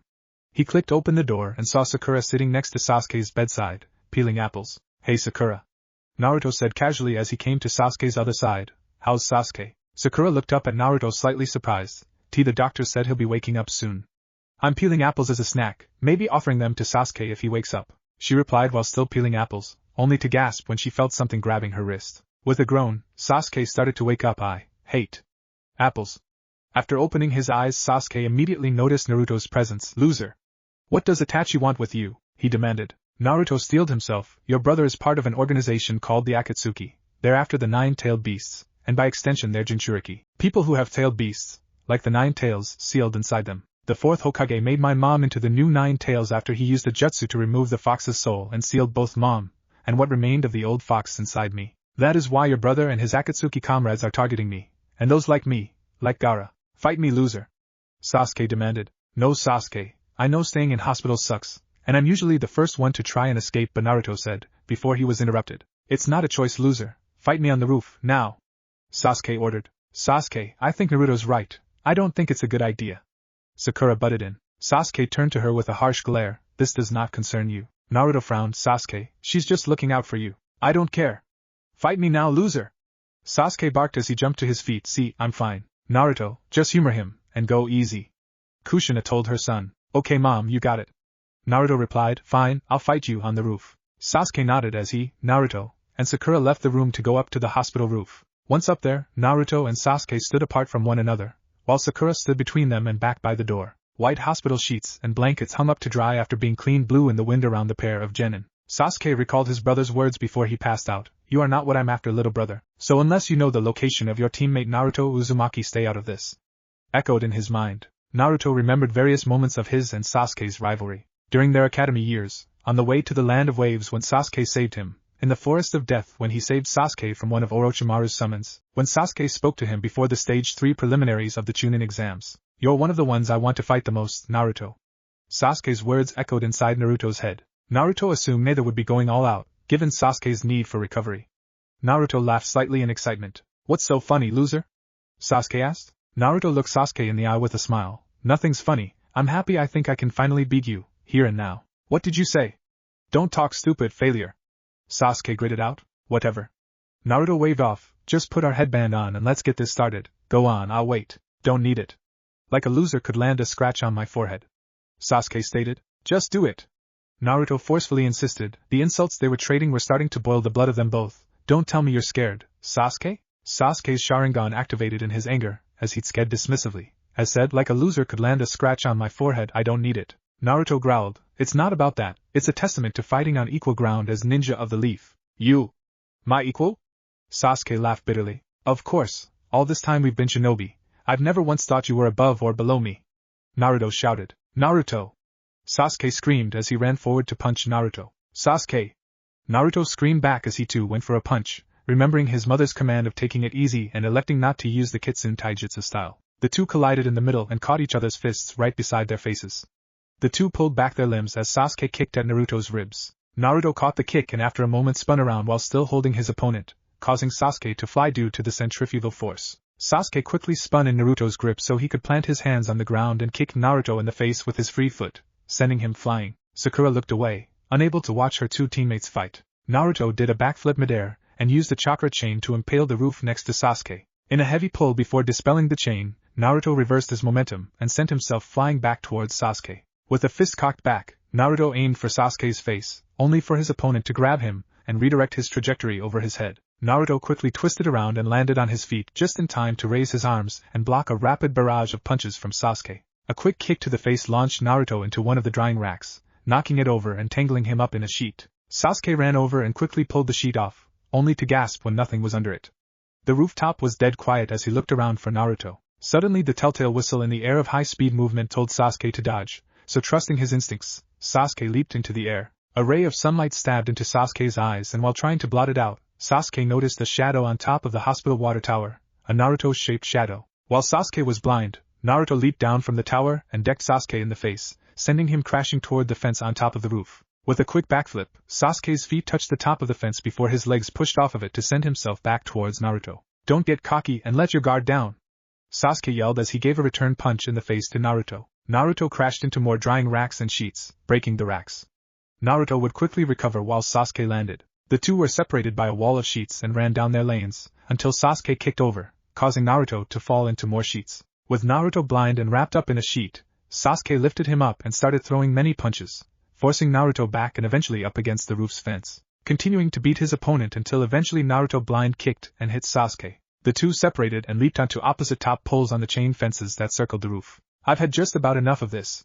Naruto screamed as he and Sasuke leaped up into the air and engaged in a taijutsu exchange. In the haze of repeated head blows, Naruto slipped into using his Kitsune style. The exchange ended as both combatants planted back on the roof, Naruto panting and with a fair amount of blood sealing one of his eyes shut, and Sasuke panting due to a few body shots and from overexerting himself. Naruto, still a little fuzzy, formed a hand sign, and shouted, "Multi-shadow clone jutsu!"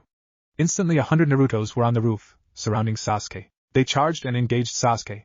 Due to his slight drunkenness from the head blows, the clones were clumsy, and Sasuke easily dispelled several of the clones. As conscious thoughts started returning to Naruto and the fuzziness began to fade due to his advanced Jinchuriki healing factor, Naruto began to think slightly more tactically. 2 Naruto clones slid under Sasuke and kicked him into the air. Several more clones would jump up and kick Sasuke around like a rag doll. All the while, each clone would say a single syllable, Naruto. Then the real Naruto leaped over Sasuke's head and did a front flip, ready to kick him back down onto the harsh concrete roof, Uzumaki barrage. He would have gone through with the strike, but Sasuke formed a hand seal. Spinning around, Sasuke breathed in deeply, fire style, fireball jutsu.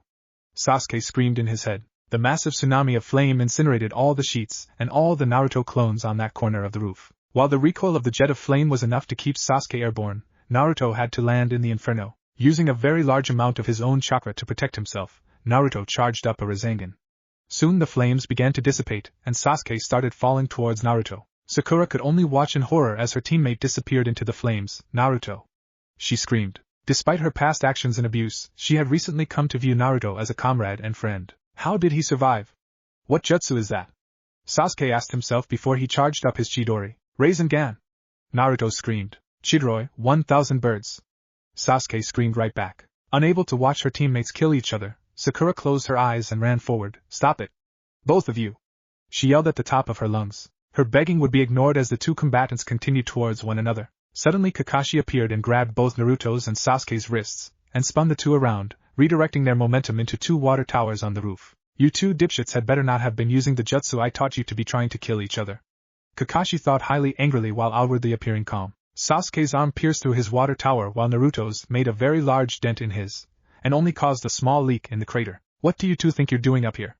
Kakashi asked, in a casual tone, with an underline of serious anger that was way too intense for a sparring match. "What's wrong with you 2? Naruto was now fairly tired from his injuries and chakra exhaustion, and could not move very much. Sasuke was having a similar problem with his chakra but was pinned in the tower by his arm. Sasuke was eventually able to pull his arm out of his tower, causing massive amounts of water to spray out of the larger hole. Sasuke looked over and took no small amount of arrogant joy that more water was coming out of his tower than what was coming out of Naruto's. Suddenly Naruto's leak just stopped too. Kakashi's body flickered to the top of Sasuke's tower and looked down at him while he started to lecture. "What were you thinking? Were you really going to kill him, Sasuke? You really have to watch the sense of superiority you have. That jutsu, it is not the kind of weapon you aim at a fellow leaf ninja, and judging from how much worse off Naruto is than you, I assume his Rasengan was retaliatory. When are you going to grow up, Sasuke?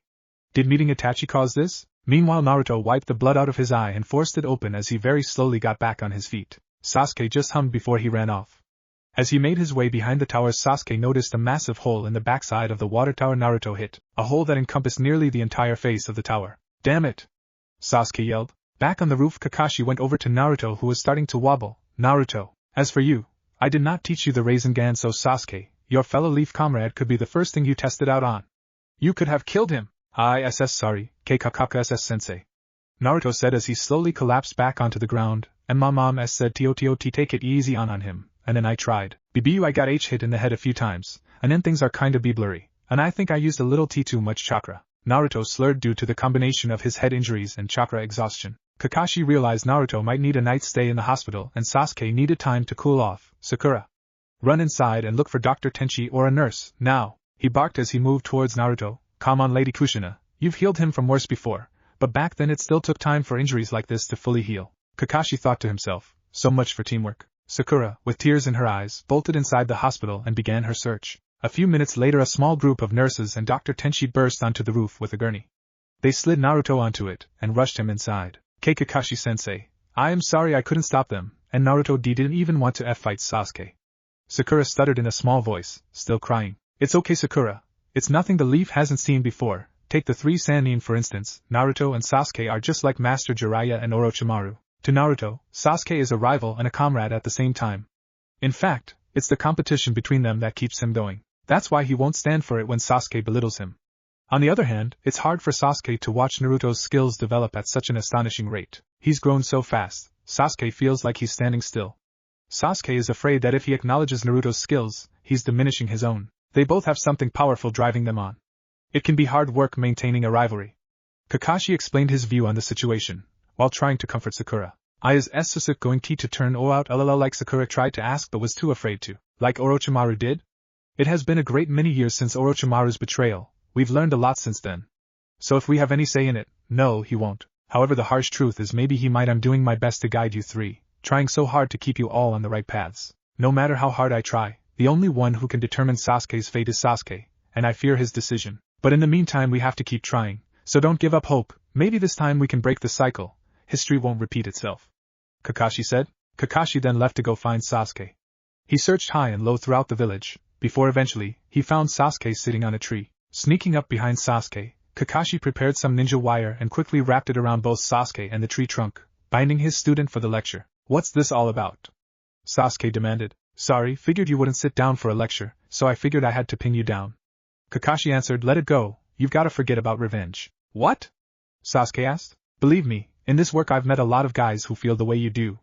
Trust me, for those who follow the path of revenge, it never ends well. You'll only tear yourself apart, and even if you succeed and you have your revenge, what will you have then? Nothing, emptiness. Kakashi said. Shut up. What makes you think you know anything about it? It's easy for you to talk, you have no idea. Sasuke shouted. Maybe if I was to kill the most important people in your life, everyone who's ever meant anything, maybe then I'd listen to you, because maybe then you'd have some idea of how I feel. Kakashi sighed. It's an interesting theory, but you're a little late to put it to the test. Almost everyone you're talking about has already been killed. Kushina may have cheated death, but until less than a month ago I thought she was dead. My teammates, Obito, Rin, Minato-sensei, all Kia. My mother died bringing me into this world and my father fell on his own sword. In my time in ANBU I've lost countless teammates and comrades. Guy, I think, is perhaps the only one of my close friends who hasn't died. Pausing at Sasuke's wide-eyed gasp. I've been around longer than you have, kid, and I've seen my share of troubles. You're not the only one who knows what it's like to lose somebody. Take Naruto for instance. His father died the night he was born. His mother, Kushina, was thought to have died that night too. He had to raise himself on the streets because no one wanted anything to do with him. It was only in the month-long intermission between the second and third parts of the Chunin exams that he was reunited with Kushina. Even still they might seem like they're a world apart, since the only way for Kushina to walk on this earth again would be if Naruto died, so it looks like none of us has led a charmed life exactly.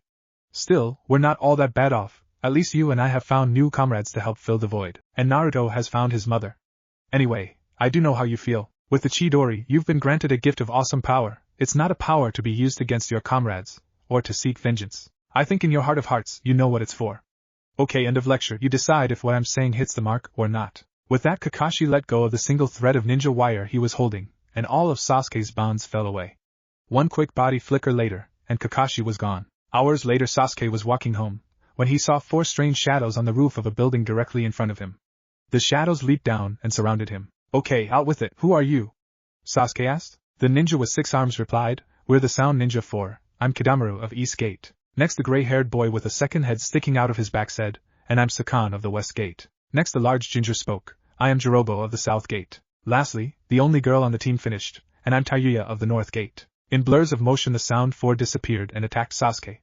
The weakened Leaf Ninja tried to fight them off, but handedly got his ass served to him. Lord Orochimaru offers you far more power than what you can attain here. Come with us. There is a hill not too far from the gate of your village. Meet us there if you decide you want the power to fulfill your purpose in life, killing Itachi and avenging your family. Tayuya said as she and her team disappeared into the night. It would not take long for Sasuke to grab all of his most important possessions and gear, family heirlooms, clan scrolls, personal effects, survival supplies, weapons. With everything inside sealing scrolls in a backpack, Sasuke set off. As he made his way to the gate, the last Uchiha crossed Sakura's path as she seemed to be on a midnight stroll. It's the middle of the night. What are you hanging around here for? Sasuke asked. This is the only road out of the village. Sakura sadly noted. You should go to bed. Sasuke said coldly, as he started to walk around her. A tear ran down Sakura's face. Why, Sasuke? Why won't you ever tell me anything? Why is it always silence with you? She asked as he walked away. Why should I have to tell you anything? Sasuke asked back. Just keep your nose out of my business, it's none of your concern. Take me with you. Sakura demanded weakly. No, I walk a path no one else can follow.